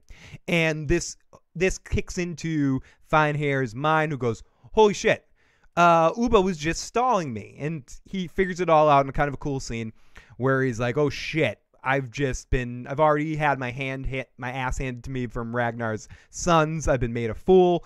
And he gets his men in place and they head off to find the Saxons. They find the battlefield area.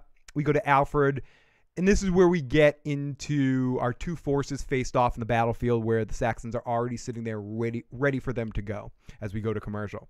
Then we go to Alfred giving a speech cut with the battles with shit all over his face. Now, this part, we talked about this a lot earlier. This is going to be hit or miss for some people. Some people are going to like the way this was shot. Some people are not shot. I think undoubtedly this scene was shot really well. It looked fucking cool. Let's see. Yeah, Timo, she lost in here. I don't think a king would just go around telling people that he's a bastard. Just a thought.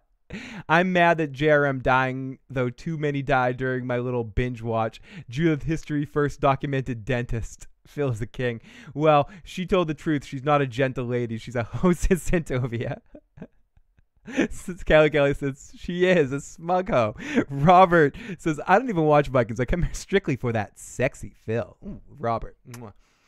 Tim says, I still want Alfred to die. Robert, me too. Oh, Callie and Robert, you both humble me with blushery. Thank you. Humble me with blushery. Yeah. I'll take it.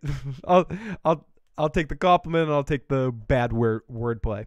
So we go to Alfred giving his speech, cut with the battle. Okay, so I thought the battle was filmed really good, especially the way it led up and the intercutting shots.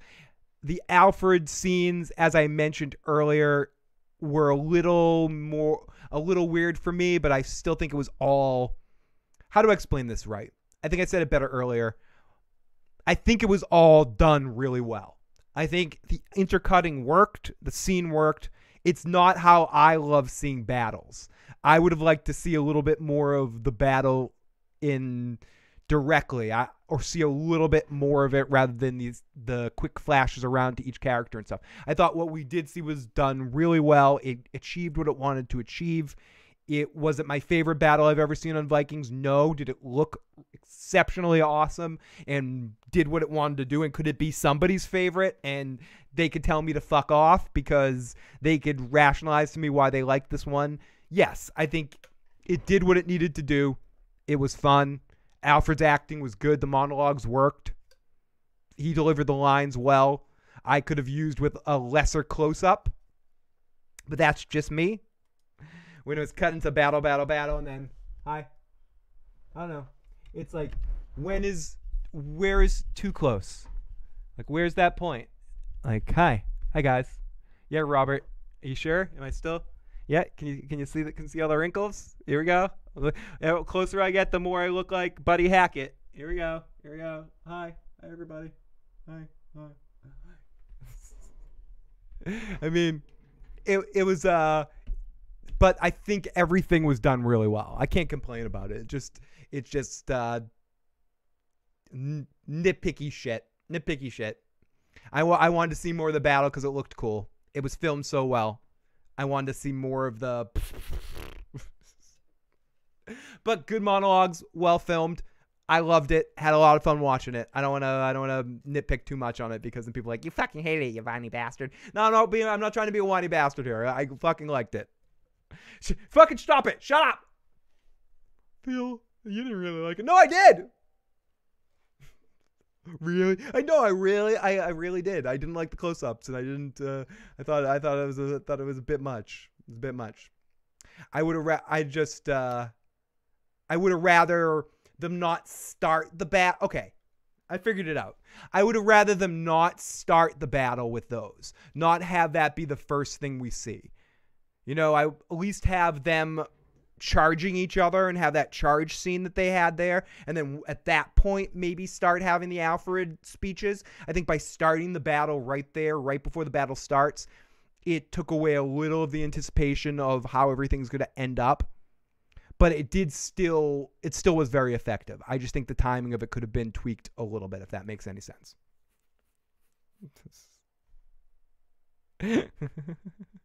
Be careful, Phil. Love the firewall, but they could have easily fueled that entire area when the army was and just torched everyone in a 5-second war. Blushery is an excellent word. Waiting for Phil to start blushing now. I was close. I thought the first episode, I didn't like the cutting off of the battle, but then I came around to it. Where do I begin? Be careful, Phil. Alfred now has Elvis sideburns. I thought it worked by the end of the scene, and again, I don't want to shit on it too much. It was just a little.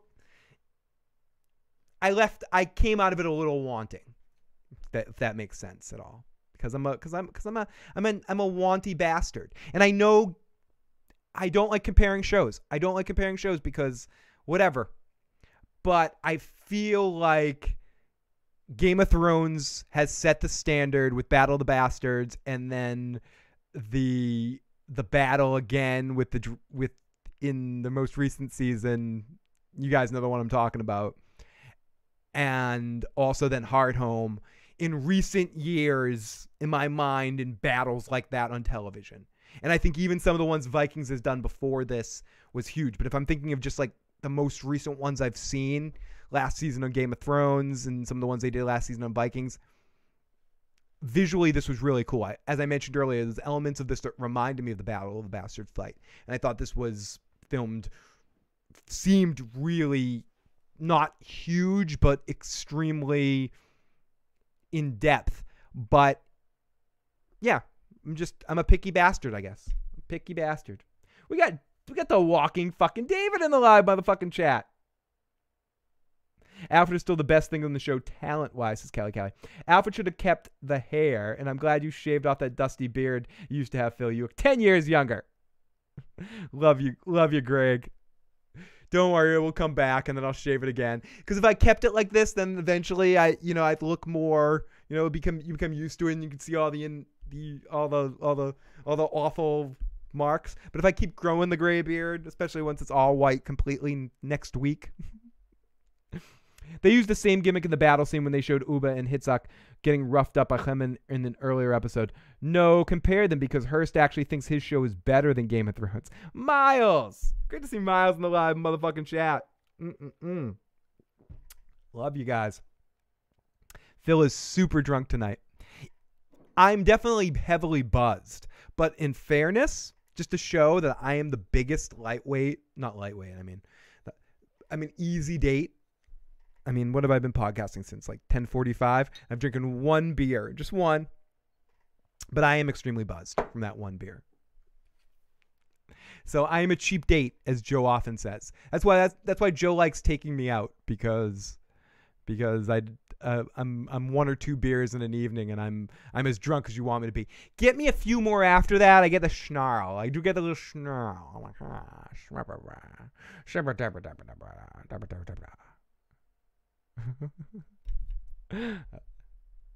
Oh, we get the Timo. I love to see Timo in the live chat. So let's continue here. Then we get Alfred giving a speech, cut with the battle. And the bishop gives a speech. Viking shouts out. Lagatha's going to give a fight as well. The Vikings are getting hyped. The catapults go off. It looks great. It's well filmed. Magnus is there too. The catapults are burning fuckers. It's cut with the Alfred's faces again, mixed with the battle. Now in the battle, the number one is dead. Oh yeah, King Finer's number one guy is dead, and his wife is a mega fucking destroyer on the battlefield.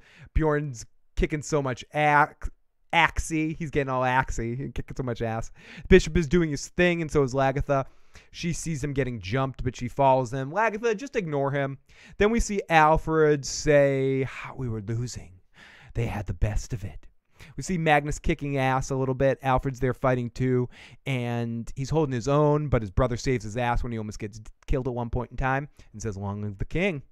And then we go on to Torvi, who seems to be kicking ass as well. For 2 seconds, we see her. Then we see Finehair sees Lagatha on the battlefield, and he heads towards her. But then we cut back to Alfred smiling, and we say the Bishop Heahmund, he killed it on the battlefield. He was the one that turned the tide of the battle, and he was going il-na-na on those Vikings. He was like Sauron. So they cut to him, and he is just destroying Vikings like it's his job. And Lagatha's fighting the fight as he stops for a second from killing a bunch of, like, destroying, like, nonstop. It almost reminds me of a lot of things. I was just watching that Coen Brothers movie on Netflix, and the first little part, the end of the first part, it reminds me a little bit of that. Like, he's just dominating, and I don't want to spoil it, but dominating, and then it's like, whoa, oh shit, fuck. And so the bishop gets shot from fucking arrows, and it looks like he might make it for a second, but no, he's never gonna make it. And then someone stops and stabs the shit out of him. Lagatha stops and watches him getting the shit stabbed out of him, and then yeah, how old is she right now? It's supposed to be like 1,000 years old in the battlefield here. Okay, so then Alfred saying, "We lost a great noble man, may he rest in peace." And then we see him. It's a weird sort of cut that was very effective. This is one of those things that I'll complain when they do stuff like this and it doesn't work for me. Something that really worked for me is when they cut the bishop from the bishop dying on the battlefield to him in his shrouds being covered. I thought visually that was a really effective tactic. It was almost a still image that they flashed to, and I just thought it really worked. And it's faded. Let's continue here. So Alfred said, "We lost a great nobleman." The warriors get... Okay, then we get the warrior fighting Bjorn. It's a 1-2. I buckle my shoe. Take care of me because I might be you. Bjorn's fighting... what's his name's wife? And I forget her name. Oh, shit. Timo has just become the stream boss, motherfucker. There's only going to be one boss in here. That is the motherfucking Timo. Timo with a super chat. Oh, no, that was Robert with the super chat donation. Consider this my monetary reach around. Merry Christmas. Sorry. I was giving Timo Robert's love there, but Robert competing, trying to knock Timo off the boss there. And Robert, thank you so much, buddy, for that super chat donation. I feel it. For you, I'm going to fucking down the rest of this alcohol. Yes. Oh, goodness me, Robert. Woo, Ash Ketchum. Wow, Robert. You really know what you're doing. That's all I'll say. It feels good, buddy. It feels good. Oh, sorry, I'm drunk. I'm just...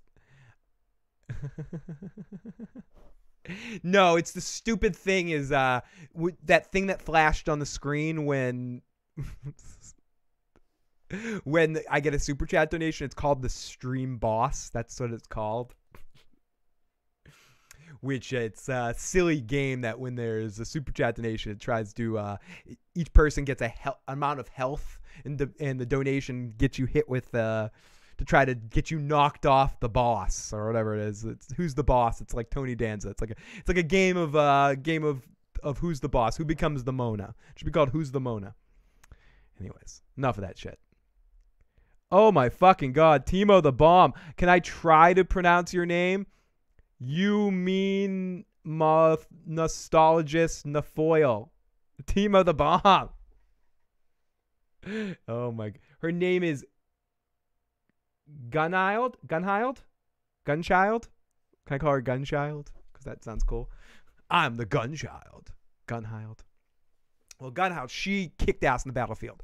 I think she's been actually a very interesting character since she's been introduced, and I hope they go in cool directions with her and not just make her Bjorn's latest whatever.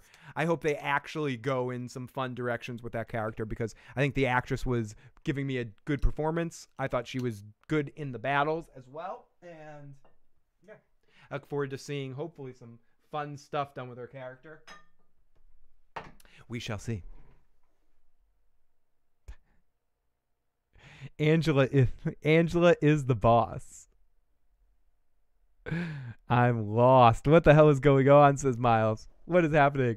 Why you actually try that? What, the boss thing? Yeah, I'm like, whatever. I figured I'd put that thing up there. I'm all for role-playing games. Okay, so let me continue here. Toast to Miles. Ooh, slightly warm beer is always good. Woo! Anyways, so the warrior gets a shot in the eye of Bjorn's eye, almost gets him. It's a very cool visual in the fighting, in the action scene. And it has been established that I'm not allowed caffeine. It would be really weird if you guys don't want to see me on caffeine. It's an uncomfortable thing. I can't lie about that. I have not had caffeine really since 2015. If I did, it's insane. In fact, that might be put on the wheel as one thing. I have to eat some caffeine. Eat it. Doing my TPH here. Okay, let's continue. The warrior gets a shot in Bjorn's eye, and they continue. Bump, the bump, the bump, bump, bump. And when... Whoa! That's crazy. Sorry, everybody. Now you get to see me be a freak. I'm doing like a Vikings podcast. You're going to see me freak out here in a second because a giant spider just like crawled down in front of me. I'm like, oh my goodness. A giant spider. I'm so not Viking. I'm like, where is it? Oh, my hat's on the ground. It so just climbed into my hat. Oh my goodness. That thing was scary looking. Okay. So let me get through this so I can hunt this thing. So Bjorn traps her for his own, and Finehair decides after a cool visual as he once overs the battlefield, and it's a fun visual, and he decides that he's losing the battle and he needs to retreat. So then he leaves, and Alfred gives a speech about how he won the day, and they go to the battle, and they look for Lagatha, but they can't find her, and Bjorn looks at someone and goes, this isn't Lagatha because of X, Y, and Z, and they might never find her body. So then we go back off to Ivar land, and someone delivered the Ivar idol, and it put it up there, and Hitzak sees it. He's like, oh, fuck, man. That just looks so stupid. What are people going to think? So he says, he starts talking to his wife, Freyas, or whatever her name is. And he says, listen, other than my mother, you know, no one ever loved me. My dad left me outside to die. All he ever did was call me a cripple. And I was so angry. And in my rage, I hated everybody. But until now, you're like a goddess of all truth. And you're so wonderful. And part of me, again, hopes that he was laying this on too thick and that he's just fucking with her. You're the world to me. And she says, listen, just think about me. I was nothing, and now I carry a son of a god in my body. And she kisses him, and he's like, what do gods do? I need to do more. What do I do? And she's like, it'll be revealed to you, and you will hear the call. And Hitzak looks at the statue again, or the idol, is like, the fuck? So we get Judith, and she says to Alfred after the battle's over, when they're resting the battlefield, we need to talk now. And she goes, listen, I know all the names of the people that want to overthrow you, and Alfred's like, oh, cool. We can arrest them all and hang them. It's going to be a lot of fun. It'll be a good time. And she starts crying. She says, your brother's their leader, which isn't exactly true, but it is, true to a certain extent. And she's crying. Alfred looks at his brother in pain. Again, we get a very much, for me anyways, in a Godfather 2 kind of vibe in this moment. So then we go back to the Vikings in defeat, and Harold says to Magnus, what is next? And Magnus just gives a speech about how all gods are better than your gods, and their gods are sucking, because who's this Jesus guy, and no one's ever gonna talk about Jesus, and fuck him. Motherfucker. That's my Magnus voice. And that is that the end of our episode? That's the end of our episode of Vikings. Very good episode of Vikings. As I mentioned, this was my favorite episodes of the season, not without some nitpicks, of course, that, wouldn't be the issues program if I didn't find some ridiculous issues. But in general, I would say this, if Vikings is this good in every episode moving forward, I'm going to be very happy for the next 25 episodes. And then it seems like the series will probably end after that. But who knows? So I am very excited to see where it goes moving forward. And will I ever be as excited as Vikings as I was at the beginning? Could it ever get back to that point for me? I don't know. It's going to be difficult. The show's a different kind of show right now. The quality level is different, and it's different expectations for it. I still enjoy it. It's just not what it was in the early seasons. And that's fine. Your expectations on television shows always have to evolve. And a show is what it is currently. It's not what it used to be. But you have to decide constantly when you're watching it, is it worth all the time you sunk into it? It's the sunk cost fallacy. Is that what it's called? I mean, there's part of that going into television watching too. But I think it's still of a good enough quality for me that it's still an enjoyable experience with episodes like this and a couple of other the moments in episodes this season. Have all of the 5 episodes so far of this half a season been home runs for me, and this in season 5 in general, it's easily all in all the worst season of Vikings for me. But that doesn't mean it's bad, and that doesn't mean that the next season couldn't be exceptionally better, or every episode could not get a little bit better and better. And I think the back half has been better than the first half for me, and I'm very much looking forward to see where they go from here after this orgasmic point, how they go through their refractory period here to lead up to another orgasm. So let's take a few more comments from the live motherfucking chat before I call this an evening. Zippity doodah zippity. An ice spider as big as dogs, man. Scary. Miles. Bum, bum, bum, bum, bum, bum. She's such a fun mother, as if she's ever loved Athelred. I thought Judith was trying to motivate the other bro to make a move. What are these issues, Phil? I've got lots of issues. That's a different podcast altogether where I get into Phil's real issues. We're not quite there yet. A few more drinks and maybe that. Maybe we'll get into that. I'll have to super chat all of you guys to be my shrinks for the half an hour. I do hope it ends on a strong note. I hope they find their way back to next season being figuring it all out. I think there is no doubt that this was going to be a difficult season from beginning to end. Figuring out this show minus any Ragnar or any trace of him and just relying heavily on the sons, you're going to run into a couple of dead ends. And I think as much as I enjoyed some aspects of the Bishop, I think all in all, he wasn't someone that can carry the show. I think Ivar is fun for me used in the right context, but I still think and I hope that we get more new interesting characters introduced at this point. I hope the fact that Ragnar is gone can serve to be a good thing, not a good thing 100%, like that it will be better than the years that we had with Ragnar.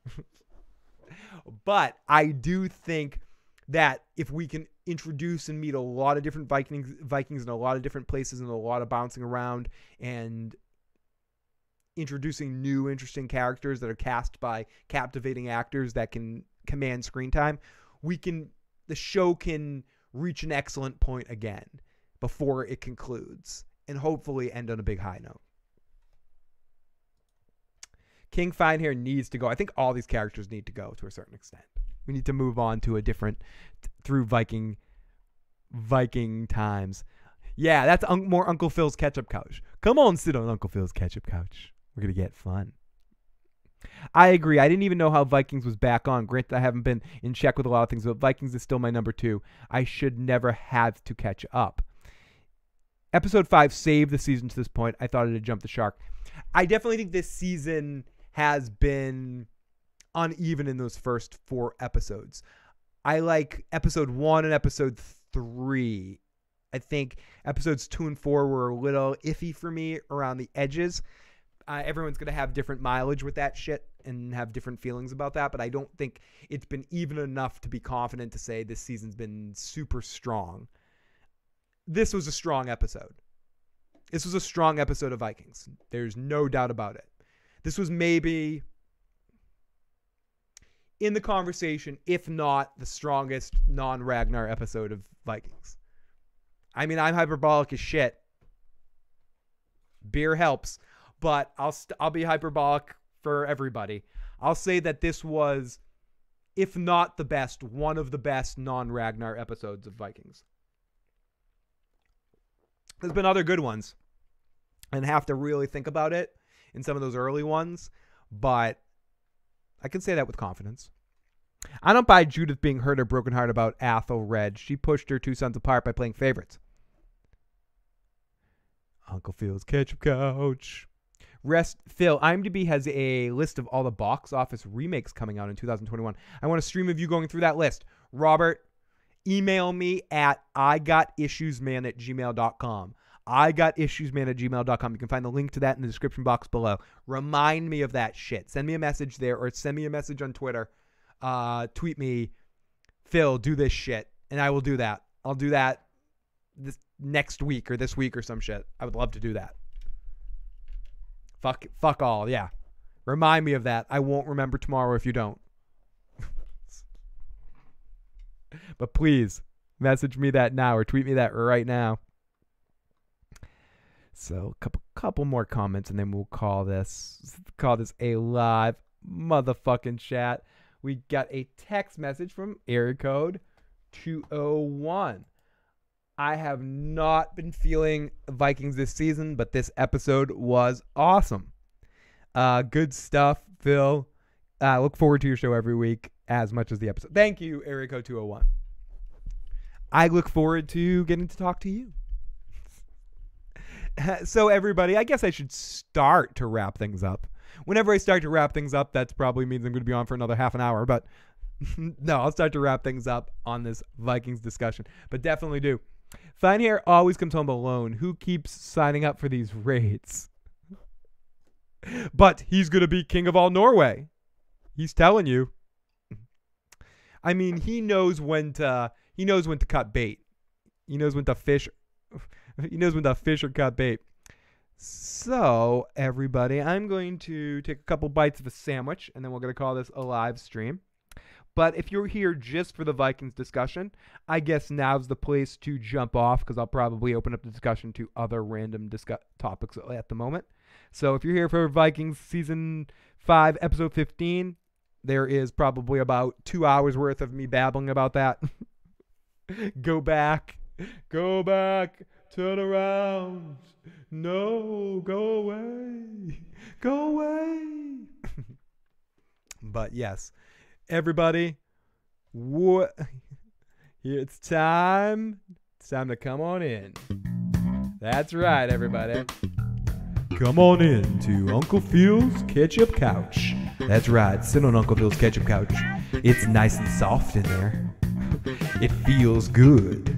Now imagine a whole couch made of ketchup. I mean the ketchup packets. Nice and soft. Leather with ketchup inside. You'd want to sit on that and get sexy down by the river. Down by the river? Down by the river? Down by the fire, dude. You trying to quote Chef? Down by the fire, dude. Down by the river go. Down by the river go.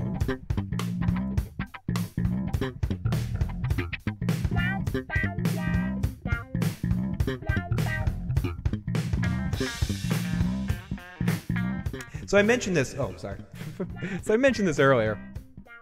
If anyone was wondering where last week's episode went, my little rock band played a rock band show. And we were unable to, or I was unable to podcast the episode live, and then I had a lot of crazy shit going on. So I was unable to do an episode until last Sunday, which I did a Sunday night live where I talked about that and some other shit. And then I also did a test thing where I was simulcasting on Twitch and YouTube at the same time, experimenting with that shit. And yes, and I did talk about Vikings in that. It will not be released as an audio cast, so I'm sorry about that. But if you want to check that out, anyone that listens to our audio-only podcast, definitely go to the YouTube channel and check out the Sunday Night Live for December 23rd, I think it was. And Joe Dirtylocks and I, hopefully, at least I will be, hopefully Joe will be joining us as well on this coming Sunday evening. And I believe that's the 30th for a 10:30 p.m. Eastern Standard Time. We will be doing, about 10:30. We will be doing a end of the year kind of cast We'll be talking about some of our favorite shows that we talked about this season. Won't be doing like a full award show kind of thing, but something to that effect where we talk about what our favorite shows were this past year in 2018 and some of our favorite performances. Maybe a little bit about some of our favorite movies as well, and other random discussions. Probably also gearing it towards Game of Thrones, taking some Game of Thrones Q&As as well in that podcast too, if anyone has those. Down by the river, Phil's casting couch. Believe it or not, I've done some casting before, but in theater. Not a casting couch stuff, not like those videos, but I've done casting before. Bring me some mayo to Timo's casting couch. Return to the slap. Anyone else rock hard? Hey. Yes, but yeah. I mean, yes. Oh my goodness me. But I'm gonna open up some windows here. But I do appreciate everyone joining me tonight for this silliness. You guys are great. Let's see. And let me stretch this over here. Oh, we got another text message from area code 201. Phil, what were your favorite movies this year? What are my favorite movies this year? My favorite movies this year. We'll have to tune in on Sunday. No, I'm not going to do that. I'm not going to be like, oh, you got to tune in on Sunday to see what my favorite movies are. There was a lot of really good movies this season. Great movies this season. There's a lot of really great movies this season. I would say my favorite movie I saw this year, I don't know. Let me think about that and get back to you on Sunday's podcast, because there's a lot of movies I could say. I did really enjoy, I know King McKay was saying he didn't enjoy it, but I definitely enjoyed the Infinity Wars. It was a good culmination of a lot of shit leading up to that point, and I thought it was effectively done. A movie that had a different kind of ending of any other kind of movie I've seen. So I thought that was really well done. A lot of stuff. Let me really think about that. But that's one of the first ones that comes to mind that I enjoyed. Let's see. What am I doing? What are you talking about? Where are my videos? Push the video, asshole. Netflix has some awesome international shows. Yes, they do. Netflix has some really awesome shit going on right now. I was watching some cool stuff on there this evening. So fuck you. I don't like the new YouTube dashboard. I've just decided. I don't like it. Everybody, hi, we're Two-Piece Trip. And, Here you guys go. Here's a little bit of my band's first show. While I eat a sandwich.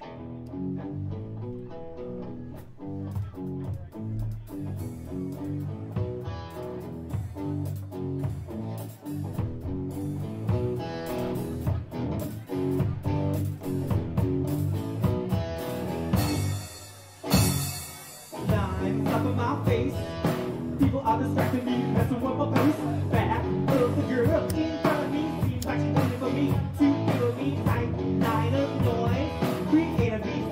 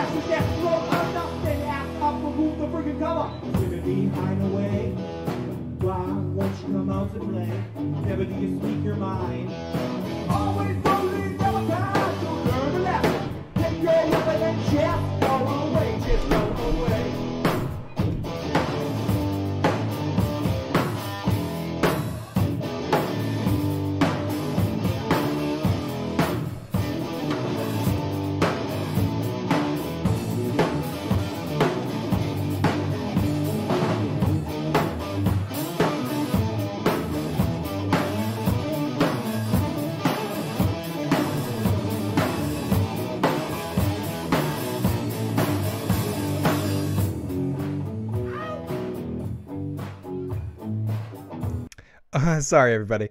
Break that up a little bit. I'll play a couple more songs off this a little bit while I'm eating my silly sandwich. The cool part of all this is one of the voices you can hear in the background screaming is your motherfucking chat very own Hannibal O'Neill, who was able to make it out to the show.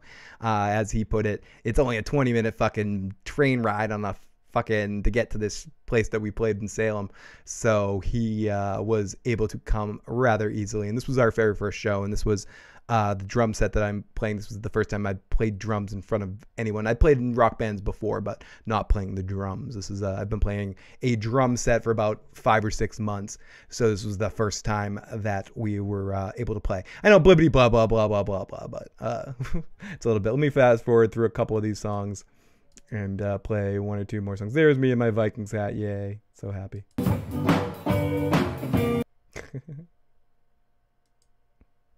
Huge thanks to Vic and Frostbite for having us out tonight, and we appreciate all you guys. And buy drinks. We're better when you're drunk. Absolutely. We're better when we're drunk, too. That's the This next one. So, yeah.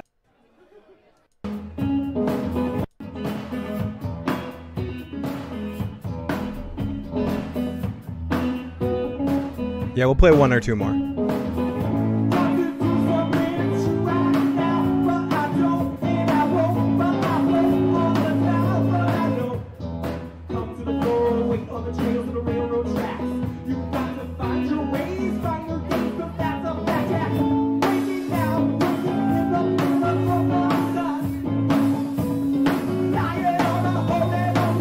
Good night, Brian. Thank you for checking on in tonight, buddy. Appreciate it. Just kind of after show shit.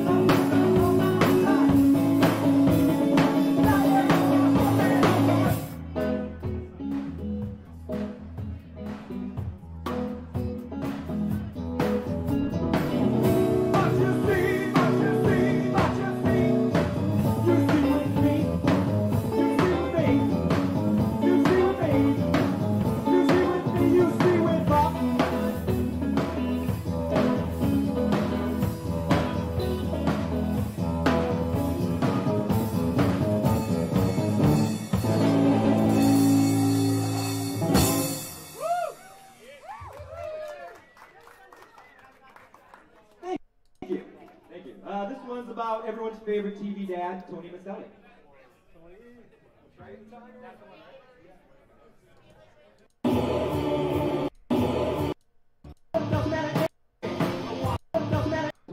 So yeah, sorry everybody.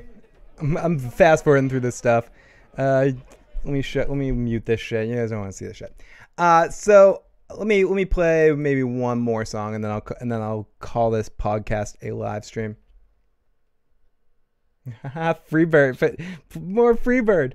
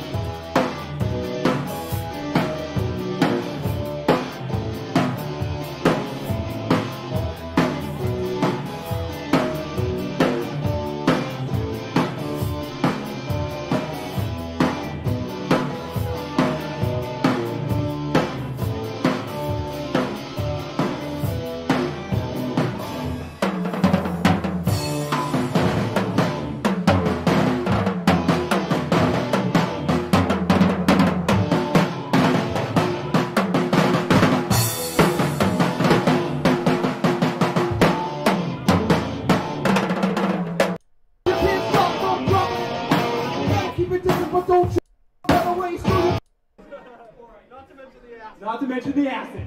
Ready? I'm ready.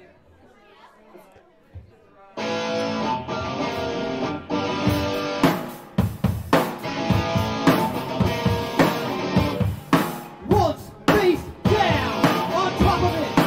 It keeps my mind from thinking of a better way. So you can't stop from dropping it. Must have been the next time thinking of all the people on the tour.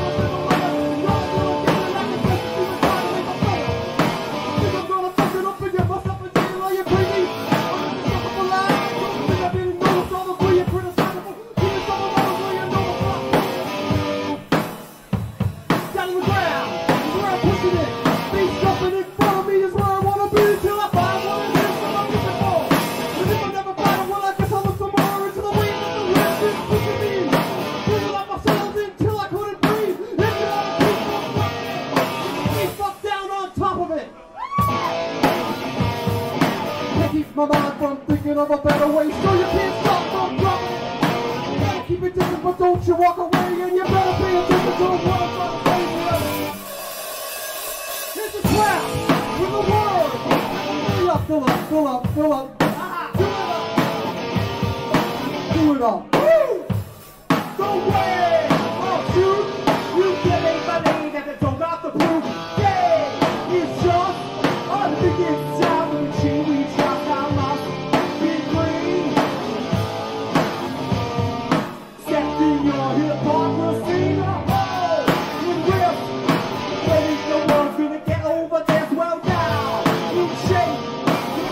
You need to create, to breathe. It's mine. I love the world. It's my kid. It's mine. I'm preaching now. Wanna make them cry. So kick the words. Can rock it right if you don't rehearse. I hold the key for telling my own prophecy. I did agree. Well, thank you guys. I'm not going to trouble you with playing you more of my silly rock band. Hope you guys enjoyed this silliness to a certain extent. And I'll definitely play more as time goes on. This is for the hustlers of Babylon. People to the bar with a sack of juice. East Side Long Beach in a 7-8 coupe to build. Rolling with a cheap bump, pumping in my shit, and it don't quit. On the one, while the battle put together as it. Along with the people that gangsta shit. With the east side home, all the mother living quick. Pumped in homies, all about the same trick. We will have songs on SoundCloud or on Bandcamp soon. We haven't started to record or do anything yet. We're a fairly new band. We've only really been playing for about 7 or 8 months. And now my guitar player is taking a little bit of a break to go to dealer school to become a dealer at a local casino. But our next gig is in March, and we should have stuff at least up in the summer. We're going to put out videos, have our own YouTube channel and all that sort of stuff too. So we'll definitely be putting out songs pretty soon. And if you hit my shit, blaze off another spit. You can motherfucking rock in your pocket.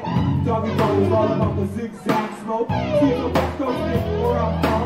You want some, get some, bad enough, take some. Keep the gun by your side. Cause it represents me in the mother flipping east side. So bow down to about wow. Bow wow, yippee yo. Can't sing my flow. My shit is no professional. And now you know, we can't dance while we're deaf, Rizzo.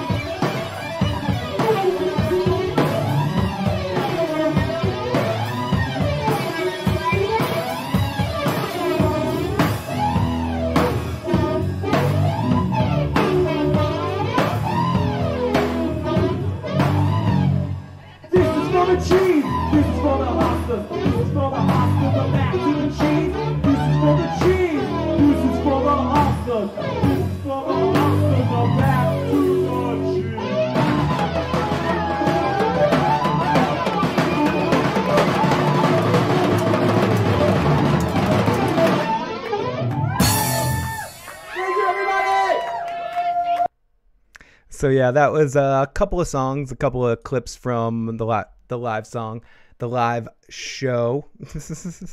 what's this two-piece strip? Deep Space Nine, Garrick. Oh, what's happening next?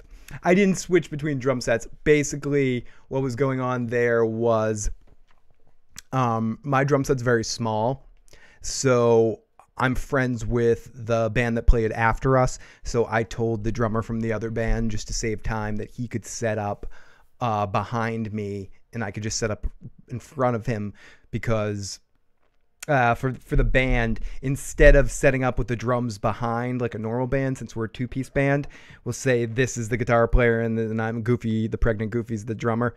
We just set up like side by side. So I kind of set up in front, and my drum set's like a little small. But yeah, I'll definitely plug that stuff. And we'll be doing some stuff on this channel, and I appreciate that. Yeah, that was our first show, and we hope to play a lot more. I'm glad you guys enjoyed some of that silliness. Oh no. I appreciate that, Timo. Oh, thank you guys. Thank you to anyone who checked that silliness out. Part of me wanted to play the whole thing, but part of me is like, nah, I won't do that to you guys. I won't make you guys listen to all of that crap. But I will make you guys listen to when we get recorded songs, or put out some of these songs individually as like recorded live versions and stuff. So. And yes, and we're playing a show on March 3rd in Boston, for anyone in the Boston area. Yes, definitely. We're gonna do a lot of streaming live from my page, or from the eventual two-piece trip page. It's gonna be fun. We're gonna do a lot of cool stuff.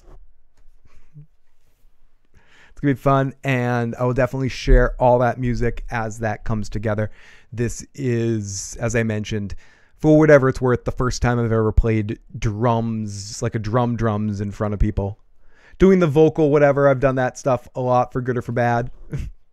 Played trumpet, played conga drums, but that was the first time playing drum set in front of anybody, and it was fun. So hopefully I'll get to do it a lot more. Newfound skill. See, even in your 80s, you can learn to do something. See, it's possible. You can learn to play the drums. Yeah, Sandwich of the Month Club. Yeah, I need to like rebrand a little bit and get like a little bit more, you know. Hey, everybody, this is Phil, the Issues Guy. You want to join the Sandwich of the Month Club with special insider access to jam sessions of Two Piece Trip, get early recordings, and also talk to me before the podcast. I'll be like, hey dude, what's going on? You want to talk? I was super fucking nervous. Ridiculously nervous. Especially because one of the best drummers I know was there. And then a drummer of my other band showed up too. And then 2 weeks before, my old drummer of a band I was in high school and college in that time period, probably the most popular band, one of the 2 most popular bands I was in, got in contact with us because he heard we were playing a show, and sort of got in contact in a way to be like, I'll play drums so you don't have to. I think that's why he got in contact. And he threatened to come to the show and just play. So I kept like waiting for him to show up as well. And then all my old bandmates from probably the biggest band I was in were all there that night to kind of watch and weren't sure what to expect. And then some of the people that were fans of that band were there because the headlining band was like 3 of the 5 members of that band that I was in. So I know this is cheesy ridiculosity, but so a lot of the people that were into that band were there, so they knew me from that band. They thought I was just a horn player, and they were like, "Oh shit, you play drums and sing and blah blah blah." So it was a fun night. Zippity doo dah zippity. It's a good time. Try out for cooking shows and refused to make anything but sandwiches. That was great. That'd be great. I should spend one of these streams just sharing other YouTube videos of random bands I was in and play you clips of shows because they're out there. If you like do searching, you can definitely see shows of they're on YouTube, like buried videos, but if with the proper searching, you can find like some of my band's old band shows. A couple of them, like us playing at the Freedom Rally and the Hemp Fest, or they call it on Boston Commons. My band that I was in, The Force, played. I think it was 4 years in a row there. One of the years I got PC'd right before we played because of eating a sandwich, which was really fun. And I eventually got out of there to go perform on stage. And I came on halfway through the set with my ticket. It was like the first year that they were just giving tickets, but they purposely took their time because they knew I had to play. And I could like hear the band playing in the background. And like I got the ticket and I'm like running back to the stage. I run up on stage with the ticket. I'm like, dude, and talk to the audience. It's ridiculous.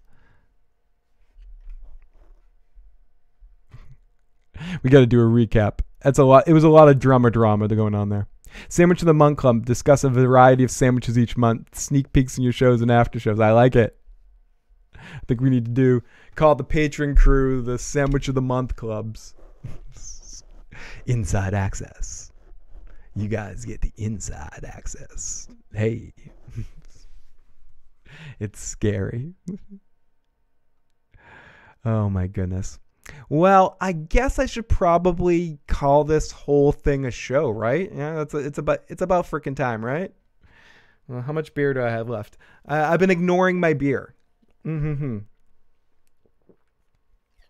So, as I mentioned, this Sunday night, Joe will hopefully finally be back on the podcast, and we'll get him on to talk some New Year's or day before New Year's Eve shit talk. And we'll talk a little bit of Game of Thrones stuff if people ask questions about that, and just babble about that a little bit, have that open on the conversation, but also talk about some of our favorite shows of the year and favorite performances. It's going to be a tough year. When it really comes down to it, I think for both Joe and I, it's going to come down to 3 shows that were our best. And some of our performances might vary on best performances. And a lot of that is Joe's not going to prepare, and I'm just going to throw it on him in the moment. And he's going to be like, dude, I don't know. What the fuck? I'm also thinking about doing something where we go back and listen to a little bit, of some of the older podcasts of this year and try to listen to a couple of highlights. I've thought about putting together like a highlight reel of Joe rants, but that's a lot of shit. Like, it's really difficult to do that. If anyone has, since Joe doesn't listen this far in podcasts, if you listen to the podcast at all, if anyone remembers any specific Joe rants that happens to be listening this far, please send me suggestions, because I'd love to timestamp them and send them. I know there was one or two in particular I'd love to play back on Sunday evening. So if anyone has any suggestions or memories of any Joe rants from this past year, please let me know and we'll play from it. Yeah. The Return of Dirt Deluxe. Nice gig, Phil. At least I caught the end. Everyone Google 2-piece trip, buy merch. If I lived anywhere near the Northeast, I'd check out you guys, but YouTube will have to do. Right now, as of right now, we only have a Facebook page, but we'll have a Bandcamp soon. So keep looking for 2-piece trip. And 2-piece trip, what we might think about doing sometime next year, probably like a year from now, leading into the summer, like not this summer, the following summer, we might try to go on a little self-produced tour and go down to Nashville and back and around a little bit and play a couple of gigs. So, or play as many gigs as we can book and do it all out of like our cars and shit. So this was kind of a long-term project. My cousin Craig, who is the guitar player there, some of you guys might have remembered Craig from a couple of podcasts. If you don't remember, if I say it, you'll probably remember he was on a Sopranos cast or two on the trivia evening that we had with Matt and Alan. He was the second place winner. My cousin, also the guitar player of my old band Frightening Dick Theater, and my guitar player of the band I was in, Mosquito Gonzalez, as well. So him and I are in this project long term. So we're gonna, with our main goal to get some fun recordings done, play a lot of live shows, and make some fun videos as well. So videos are going to be a big time part of it. We've got two songs specifically, but we're going to do a lot of like home recording kind of stuff and then get some real recordings too. But we're going to do some home recordings and home videos. And yeah, so hope you guys are going to enjoy that. Also, if you have any requests for cover songs, we'd love to do them. Yep, him and Alan. Yeah, Nashville's crazy fun. And we know a couple people there that might be able to help us out on some good shows down there. Oh, the Joe rant when Ragnar died with the snakes was amazing.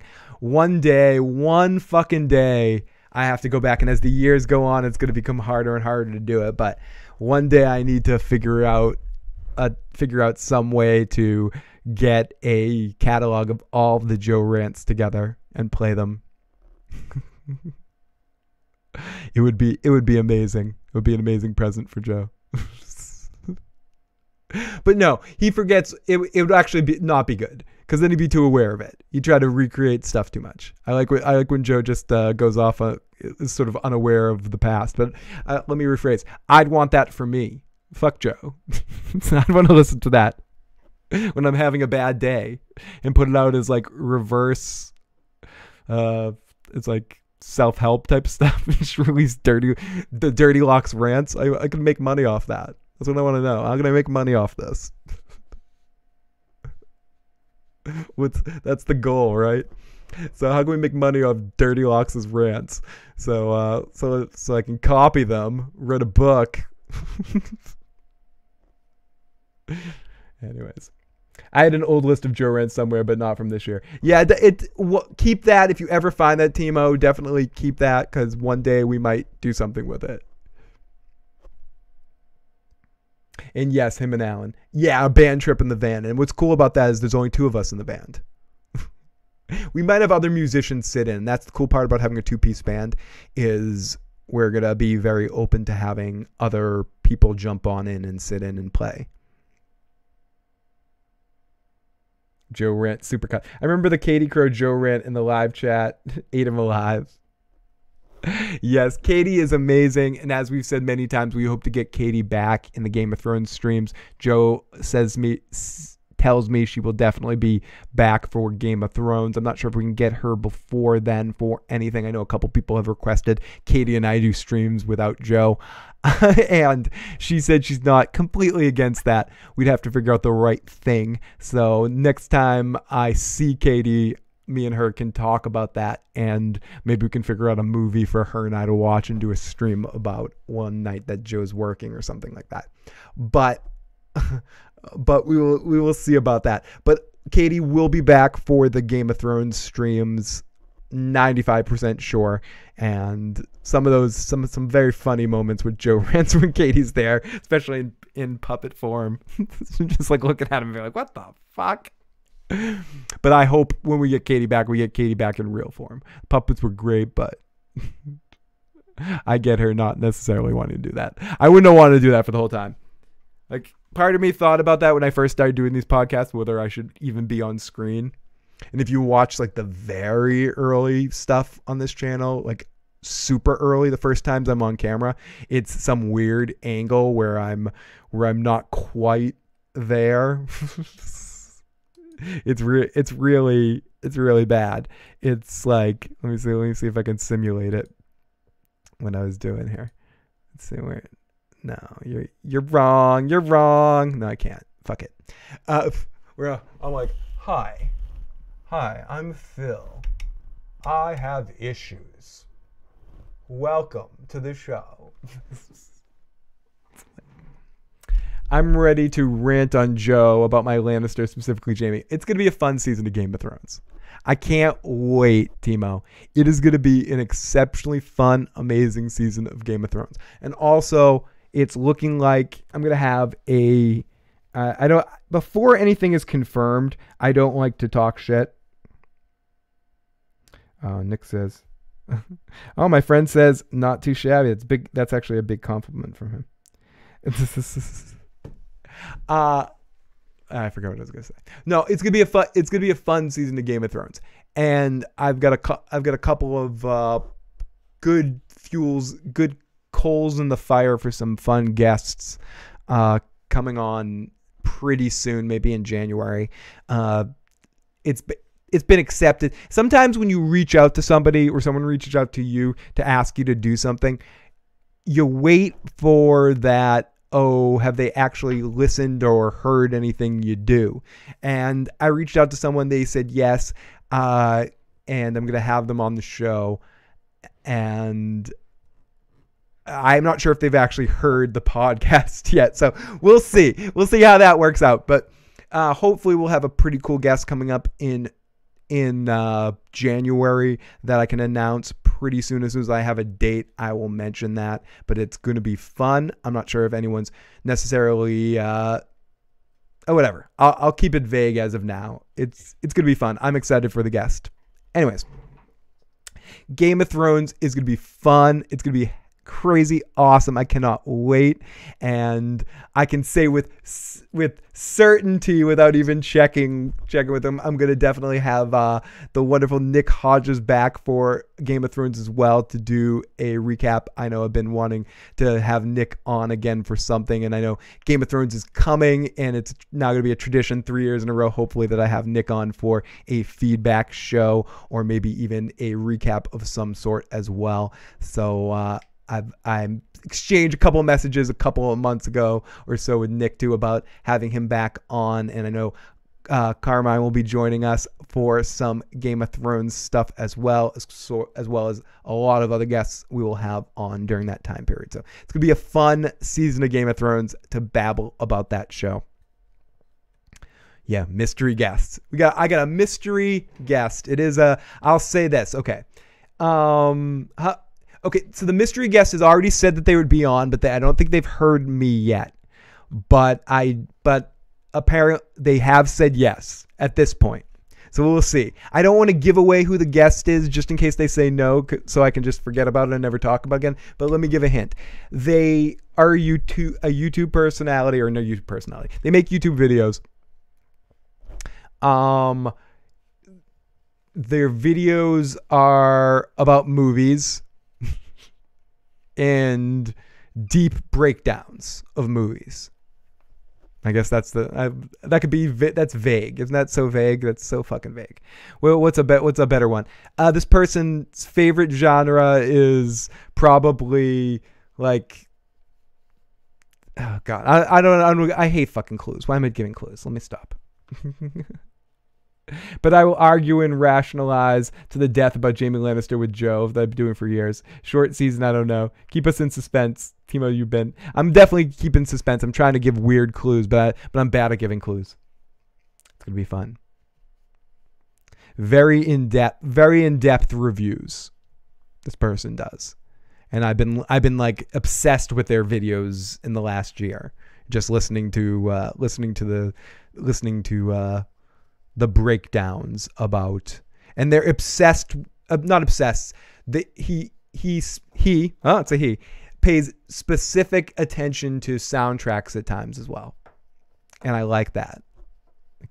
And soundtracks and scores as in reviews as well as, and looks at the whole thing. So yeah, blah blah blah. There we go. I wish for a Game of Thrones spinoff where Dorne gets some love. I hope we get that at some point in Nymeria.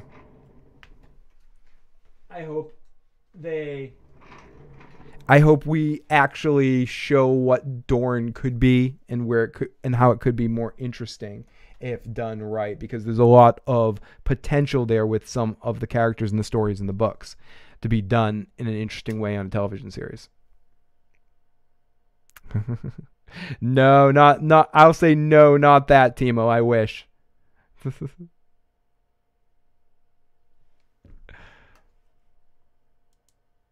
Nope. See, yeah, now I'm Timo is a toasty as well, yep. Which is awesome. No, I was lucky enough to be on Double Toasted once. That was a lot of excellently awesome fun time. I was bummed when I went down to Austin. I couldn't get it together. But no Timo, but good guess. No, Rorst will definitely be on again. Rorst and I have a fun thing we're going to be doing pretty soon on the channel. We're going to be reviewing a bad but good movie. It's going to be fun.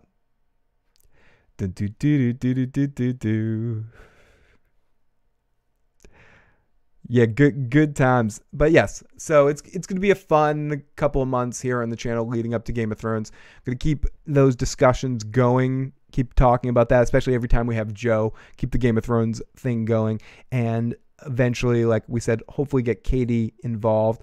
If anyone has any ideas for some topics for us to talk about, even some rewatches, we might look at couple of episodes from each season. Joe and I might nominate favorite episodes of each season and go back and do specific recaps of those. We've talked about doing that maybe, because I think each of us are going to do a rewatch leading up to April as well. Ooh, I'm curious what Nymeria's guess is. I will not say if you're right or not, Nymeria, in the live chat, and you cannot see my face right now on the screen. So feel free type. I'd love to know. I'd love to know, because do it now so later I will tell you you are correct. So let me know if I think you're good.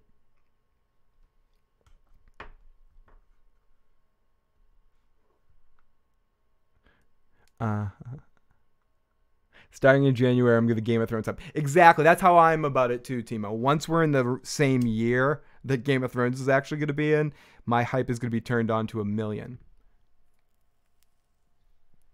One of the Sand Snakes is Colleen and Iron Fist, the only good part of the show. Oh, really? One of the Sand Snakes is Colleen? I didn't put that together. And Colleen is the best part of the Iron Fist. I got to get around to watching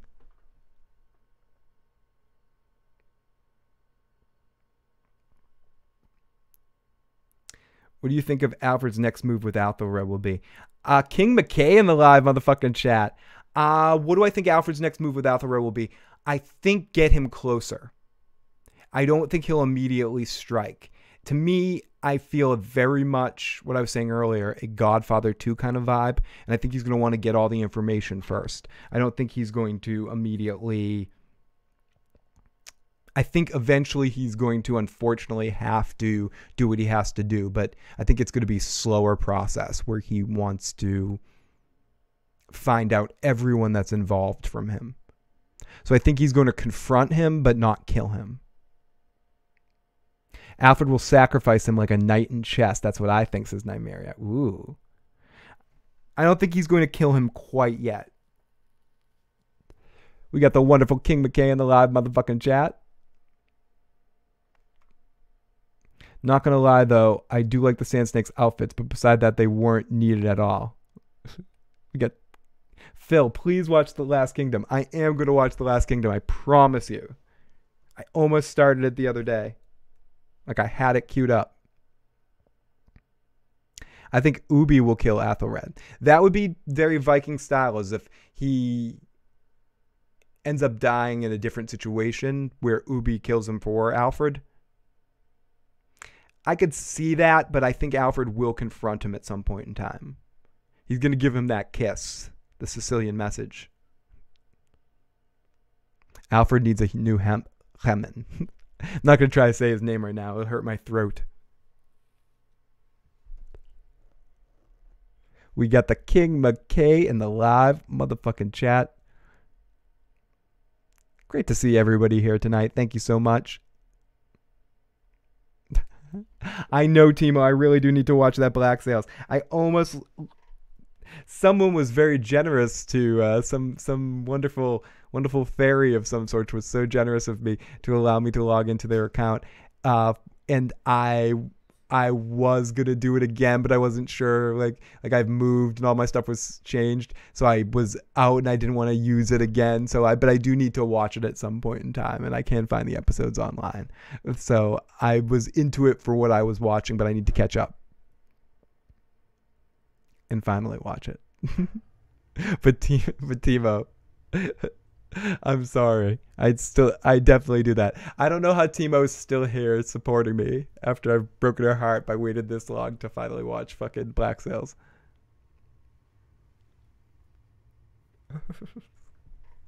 I'm miserable. Athelred did save him in battle and back out of the assassination attempt. I know, because Alfred seems smart enough that he's going to look at the whole picture, King, that he's not going to immediately take his mother's word for pure answers. He's going to need to see it with his own eyes and understand why his brother saved him. And his brother, I mean, it's going to end with his brother being dead, I think, whether he does it or not. But the thing is, I don't think, okay, sorry, I'm a little buzzed. I think it's going to end with Alfred.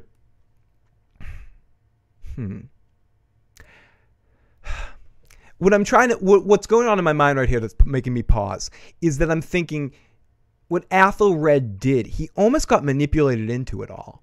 He did agree to it in a sense, but in the moment he didn't act on it. He never acted on it. I think the situation ends with him having to face punishment. Whether it's dead or not, he's going to have to face punishment. He's going to have to deal with the mistakes he made by at least even agreeing and being accomplice, to use the modern ways of talking about it, in the situation. But did he really betray his brother? He, when it came down to it, in every situation, actually stood up for his brother. He betrayed him in private, but when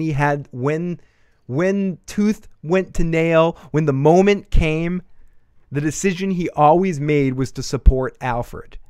And that's worth mentioning. And I don't think Alfred as a character, the one we've seen so far, is one-dimensional enough to not take all of that into account, which is why I think it's going to take a long time. And it's going to take time for him to decipher what's going on. And I think he's going to talk to his brother, figure it out. but I don't think it's going to matter. Something's else is going to happen and cause other forces. He's going to have to sacrifice his brother and not want to completely. His brother's going to do it almost willingly. I don't know. I'm just kind of spitting shit out my ass right now, playing Miss Cleo, but I think it's going to be something to that effect. It's going to be heavy duty Godfather 2 bullshit. But yeah, I'm buzzied. Love that shit. I gotta watch Black Sails too. Heard nothing but good things. So I think he will confront him at some point, depending on Athelred's reaction. He may not kill him. Athelred did say that. I'm with you. I think he's gonna confront him, but I think Athelred's gonna have all the right answers. He made the right decision. What was he going to do? Again, I'm sorry. I know not everyone watches this bullshit, but it's like on Survivor. When someone asks you, do you want to get in an alliance and fuck someone over? You always say yes, even if you don't really want to say yes. You say yes in the moment. If someone asks you if you're a god, you say yes. You're not Ivar. This isn't Ivar like, I'm a god, I'm a god. Someone goes, are you a fucking god? I'm a fucking god. I'm a god too. Sure, I'm a god too. Whatever. I don't say I'm not a god. You know, there's certain rules you got to follow here. What about Bjorn becoming the god of war? The actors playing the god of war in a movie. I can see that. Let's see. Let's continue down this fucking shit. Buzzied, you say. Buzzy the Bee. I like it. Yeah, I can see Athelred making him do something to regain his trust. I can see it going in that direction. And I don't think Alfred's one for quick actions with situations like that. I mean, with traitors, yes, but he's going to believe what he sees as well. And I don't think Judith is going to quickly sacrifice her son to him and be like, I'm bloodthirsty, kill him, kill him, kill him. I think it's going to be, we have to figure out the situation. Where is he? But that doesn't mean that if someone else finds out about what's going on, he might not act on it. So, I mean, I'm thinking very television-y right now, but Uba could overhear and I appreciate the people that corrected me on the pronunciation of Uba's name. I think I was calling him Ubi for most of the season. But Uba's situation, I could see him being a starch defender of Alfred and everything he does, and noticing the situation and picking up on it and acting on it and confronting him. But I don't know. We'll see how that situation goes. That might be a little bit too television-y. We'll see.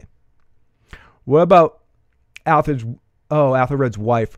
I think we're being introduced more to his wife and seeing that and liking his wife and liking their relationship to make his death more tragic. Because it's going to be one. Because again, that's where I guess I'll put a little bit of evidence backing why maybe Uba kills him in a way of defending with Alfred when Alfred doesn't want him dead. That it's going to be a tragedy of some sort because we're going to like his family. I don't know. I feel like we're being introduced more to his wife so we can feel more tragic when he dies. That's exactly what I thought. Exactly, Phil. He's been punished but not necessarily killed. Do a 30-day Stars trial for free. Binge Black Sails, Daredevil style for 2 weeks. Cancel. Be done. What about Athelred's wife? Alfred the Great was known for being wise and kind. He wouldn't kill his brother if Athelred. That's more focused tension and bad writing. Is it bad that I was unhappy at Heahmund's death? A couple people were unhappy about it, of how it went down. It's not bad. I'm okay. I have mixed feelings about it when it really comes down to it. I talked about it, I recapped it, I discussed it, I broke it down.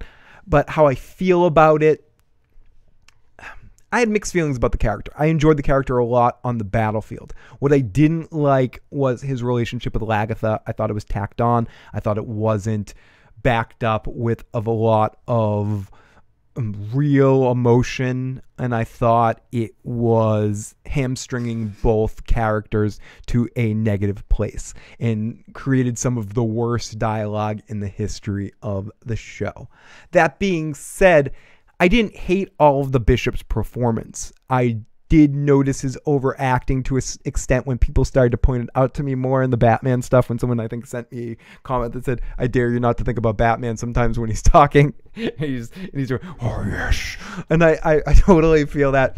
But the physicality of him and a lot of him was a fun character that I had my moments of enjoying him. I think he was used a bit too much at times into excess in some of his bad qualities rather than focusing on his good qualities. So it became a little too much at times. But I still think he was a decent character, and if used the right amount would have been a very good character. But I think it was the right time. I'm not saying I'm upset that he was gone. That being said, the way he went out with the arrows and that happening was a little anticlimactic and a little goofy television-y, but it was fun, and it was almost something you would see where I hoped Deadpool would pop up and go, see, this is why you don't pause in the middle of battles and sit there and look at people, because it's so much in movies that it happens less and less when stuff tries for realism, but you'd be surprised how much it pops up again and again, where characters, even in shows that are supposed to be based in some form of realism, they just pause in situations that are ultra dangerous so they can have these pontificating moments where he's just sitting there looking at Lagatha, and then being in there in that moment, then getting shot, I kind of liked, because it was a little bit of like, yeah, okay, because you can't just stand there in a battle and do nothing. But again, it's very picky and choosy. What? So Lagatha can do it then? So she's just sitting there on the ground like, oh, Bishop's dying. But yes, it wasn't. There were better ways to have him go out in that battle than the way they did it. You know, even if you're going to go full out Viking battle like that, give me a one-on-one battle with Bjorn and him. You know, like, come on. Like, if Vikings is going to go this way and be a fun show and have battles and be a little over the top and a little campy at times with characters like Ivar and characters like Ivar and Heahmund and like these over the top characters, just go all the way with that shit. And in these battles, give me these one-on-one confrontations and make it cool. Give me a Bjorn versus him in a really good battle where Bjorn ultimately kills him. I mean, you don't have to give me arrows in the back of his. I mean, from a couple of standpoints, I don't mind the death, but I definitely see where it could be a disappointment to some. Everyone seems to stop during a fight and they're dead. Yeah, what the fuck? Ivar. Does Ivar not remember the life lesson Papa Boar gave him little piggies? Or the classic main characters never wearing helmets because they paid too much for their pretty faces? That's one of those things, and I think I mentioned it in an early video I did, where George R. R. Martin, in a commentary track for, I think it's Game of Thrones Season 2 with the Blackwater episodes, that's Season 2, where he's just like, yep, and that character's not wearing a helmet. That character's not wearing a helmet. Not a helmet. No helmet. No helmet. No helmet. Tyrion had his helmet, but he took it off. What an idiot. he's just ripping it apart where he's just watching his own show, you know, and just be like, yep, this is stupid. No helmet. See, he took off his helmet. Dummy. It's funny stuff. John and your grip paused. Look what happened. He actually stars in this movie that's on Netflix and involves a guy with multiple personality and murders. Ooh, I like that. Bishop would have been more effective for the show had he stayed as Ivar's ally. Yeah, I think both of them had a good chemistry with each other. I think the Bishop's best chemistry in the shows had been with Ivar. I think they had a cool balance. And I generally enjoyed their episodes together. Athelred's was the daughter of Heahmund. So Athelred's two episode wife. What shall she do now? Maybe that's the loophole blue steel if you want to live. Sorry, I'm reading through the comments. Literally thinking the same thing about Ubba. It would be interesting to see Ubba kill Athelred, but Alfred has also decided to forgive him. Yeah, I think you and I are in the same camp with this, King McKay. I can kind of see that coming, but I don't know if that's just me thinking outside the box and seeing that tragedy coming down the road and seeing what that would do to Alfred's relationship with Ubba and how that can go in a lot of really cool directions. So yeah, I'm definitely with you on that one. I think we came to the same conclusion on that one. Timo, Lagatha, Uven, Hitzak, everyone pauses and bows. They all pause. They do those camera wags and stuff. It's quite fun. Oh, hey everybody! Dun, dun, dun, dun, dun, dun, dun, dun, dun, just another dumpster.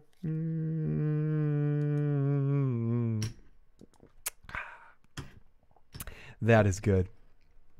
Yeah, it would have been cool to see the Bishop and Ivar fight in battle. And I think that's one of the things that King McKay is hinting at here, or saying, sorry, as I'm putting on the camera every time I'm scratching my nose. There's something about nose scratching that, and even just saying that's probably made it a little extra gross, and harks back to the few people that watched the podcast where the first 45 minutes of the podcast I had a big boogie hanging out my nose. Was that? That might have been another Vikings podcast. It might have been. It very well might have been. But it's like a cough button where I'm just like turning on the camera where I'm like, there's no picking going on here. It's scratching, but it's one of those things that's tough to tell, especially on camera, where I could easily be doing a pick. Yeah. But yeah, it would have been cool to see the Bishop go out in singles combat just because he was such a good fighter. It would be good to see him go up against one of our good fighting Vikings one-on-one. And if you're going to do shit like that, go crazy with it. Do it, and do it fucking well. So everybody. Oh no, wrong song. See that? Does that mean we have to keep going? Keep going. Excuse me. Smokey the Bear LaFleur. I love your name. I love your name, Smokey. Your name alone makes me want to keep podcasting right now and keep talking, keep babbling, keep this show going for 8 more minutes so I hit the 3-hour point. I mean, part of me wants to keep doing it, you know, just for that 8 minutes and just be like, okay, I made it. I did it. 3 hours, ding. Ding dong, the motherfucker's dead. The ding dong ding, the ding ding ding, zingy ding ding ding ding ding ding. See, it's hard. It's hard. Imagine having to like live in the same spectrum as me. This is why I do this show, because no one needs to listen to me talk like this. That cohabitates, because I hold this shit inside. I'm like, this is me in normal life. Don't talk.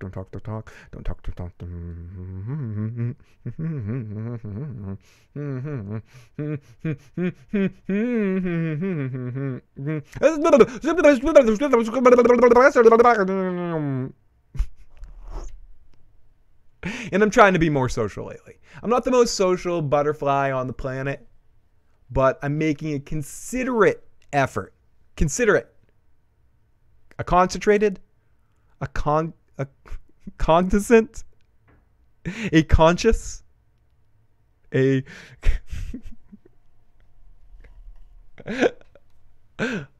cocky. A cunty. A kooky. I'm making an effort to be more social, because that's what's fair to the people around me, you know? So we'll see how that goes. So everybody, thank you so much for being there to listen to me babble. It means a lot to me, as always. And I appreciate all the support you guys give the show. And it's going to be a fun end of the year celebration on Sunday night. Hopefully Joe will be with us. If not, it'll be me having some fun and talking to you guys again.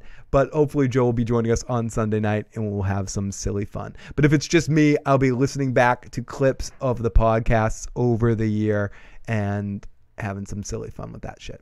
So everybody, thank you so much for tuning in this tonight.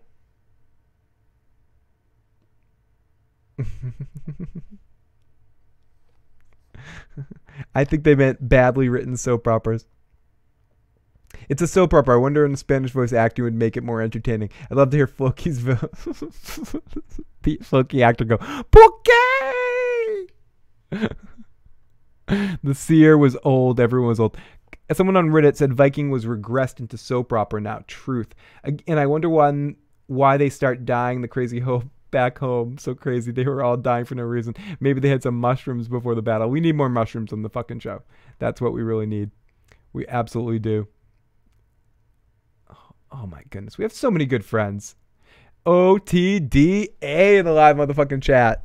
Good to see you. As always, I feel bad when someone pops in. I have to end. That means I have to go on. No, we got a few more minutes here. before I turn into a pumpkin. Especially if I see some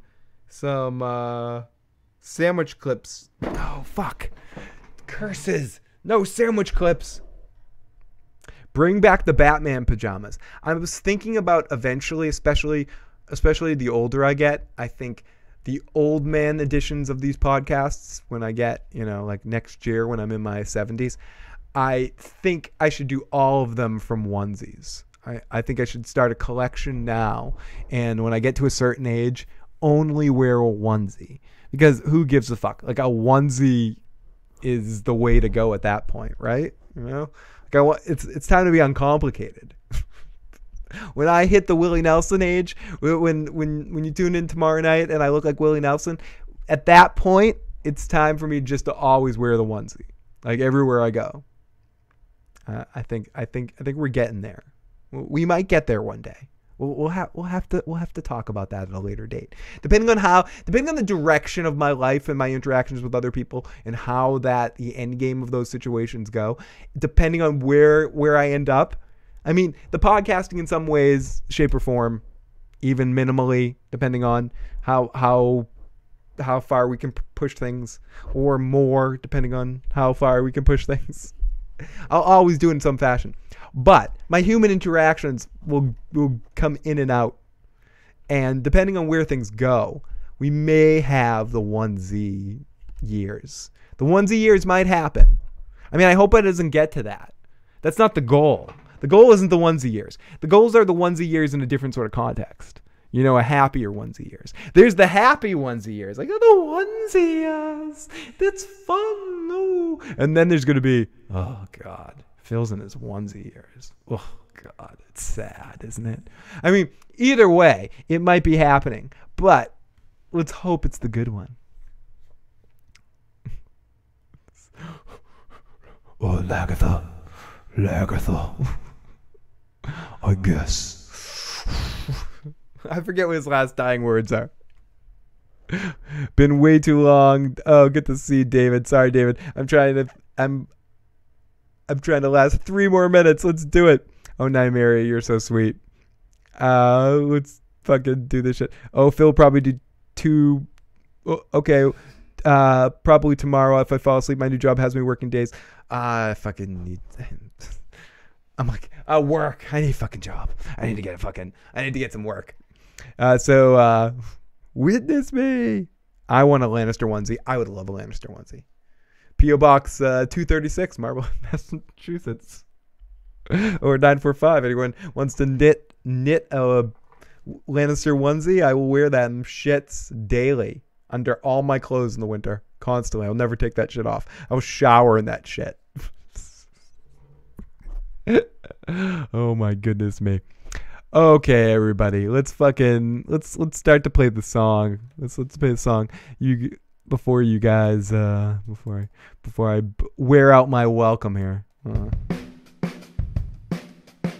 Oh my goodness, what an evening! What an episode of Vikings, best of the season. I made you guys listen to some of my silly new rock band 2-piece trip. We will soon have a SoundCloud or a Bandcamp. We're not sure. Maybe both. One or the other. I'll definitely pub that shit when we get that up and running. Gotta get some music to put up in there. Maybe I'll cut up some of the audio from the video to post there temporarily. But anyways, different topic for a different day. But I appreciate you guys listening to that shit. It's rough, but we're getting there. And I will keep sharing that shit as it goes. And we will have a YouTube page pretty soon to do some live streams from there and release our videos and blah-bitty blah blah. Also, huge thanks to Timo and Robert for being amazing super chatters tonight. That stuff helps us more than you know, or not even more than you know. It's time to stop saying that. Like you guys know. It's an unfortunate truth, but the more help we get, the more we can do this stuff. So we really do appreciate it, and everyone that shares the channel and helps us grow, amazing appreciation. Don't forget to like this video. Don't forget to share it Lots of thanks to Santovia Major, Nymeria, Callie Callie, Icy Fury, Paul Q, Smokey the Bear, LaFlair, Timo, Philly Nelson. Philly Nelson is coming. And one more time. One more time through that. One more time. I wasn't ready. I wasn't ready to go yet. Yeah, I wasn't ready. One more time through the fucking theme song. Thanks to all the people in the live chat. OTDA, great to see you, buddy. Icy Fury, Philly Nelson. Timo, amazing to have you back in the live chat. Callie, always wonderful. Nightmare King McKay. Love you, buddy. Can't wait to check out King McKay's coverage of Vikings this week. Make sure, if you haven't, subscribe to King McKay for the best Viking coverage out there right now. Awesome shit, as always. Oh, love having Timo back in the live chat. Love seeing Nightmare again. Everyone, we will be back on Sunday evening, one way or another, and either me and Joe or me and my multiple personalities. But I'll be back on Sunday evening. But for anyone that isn't there on Sunday evening, have a very happy New Year. And see you guys in 2019, the year Game of Thrones is actually in. Oh.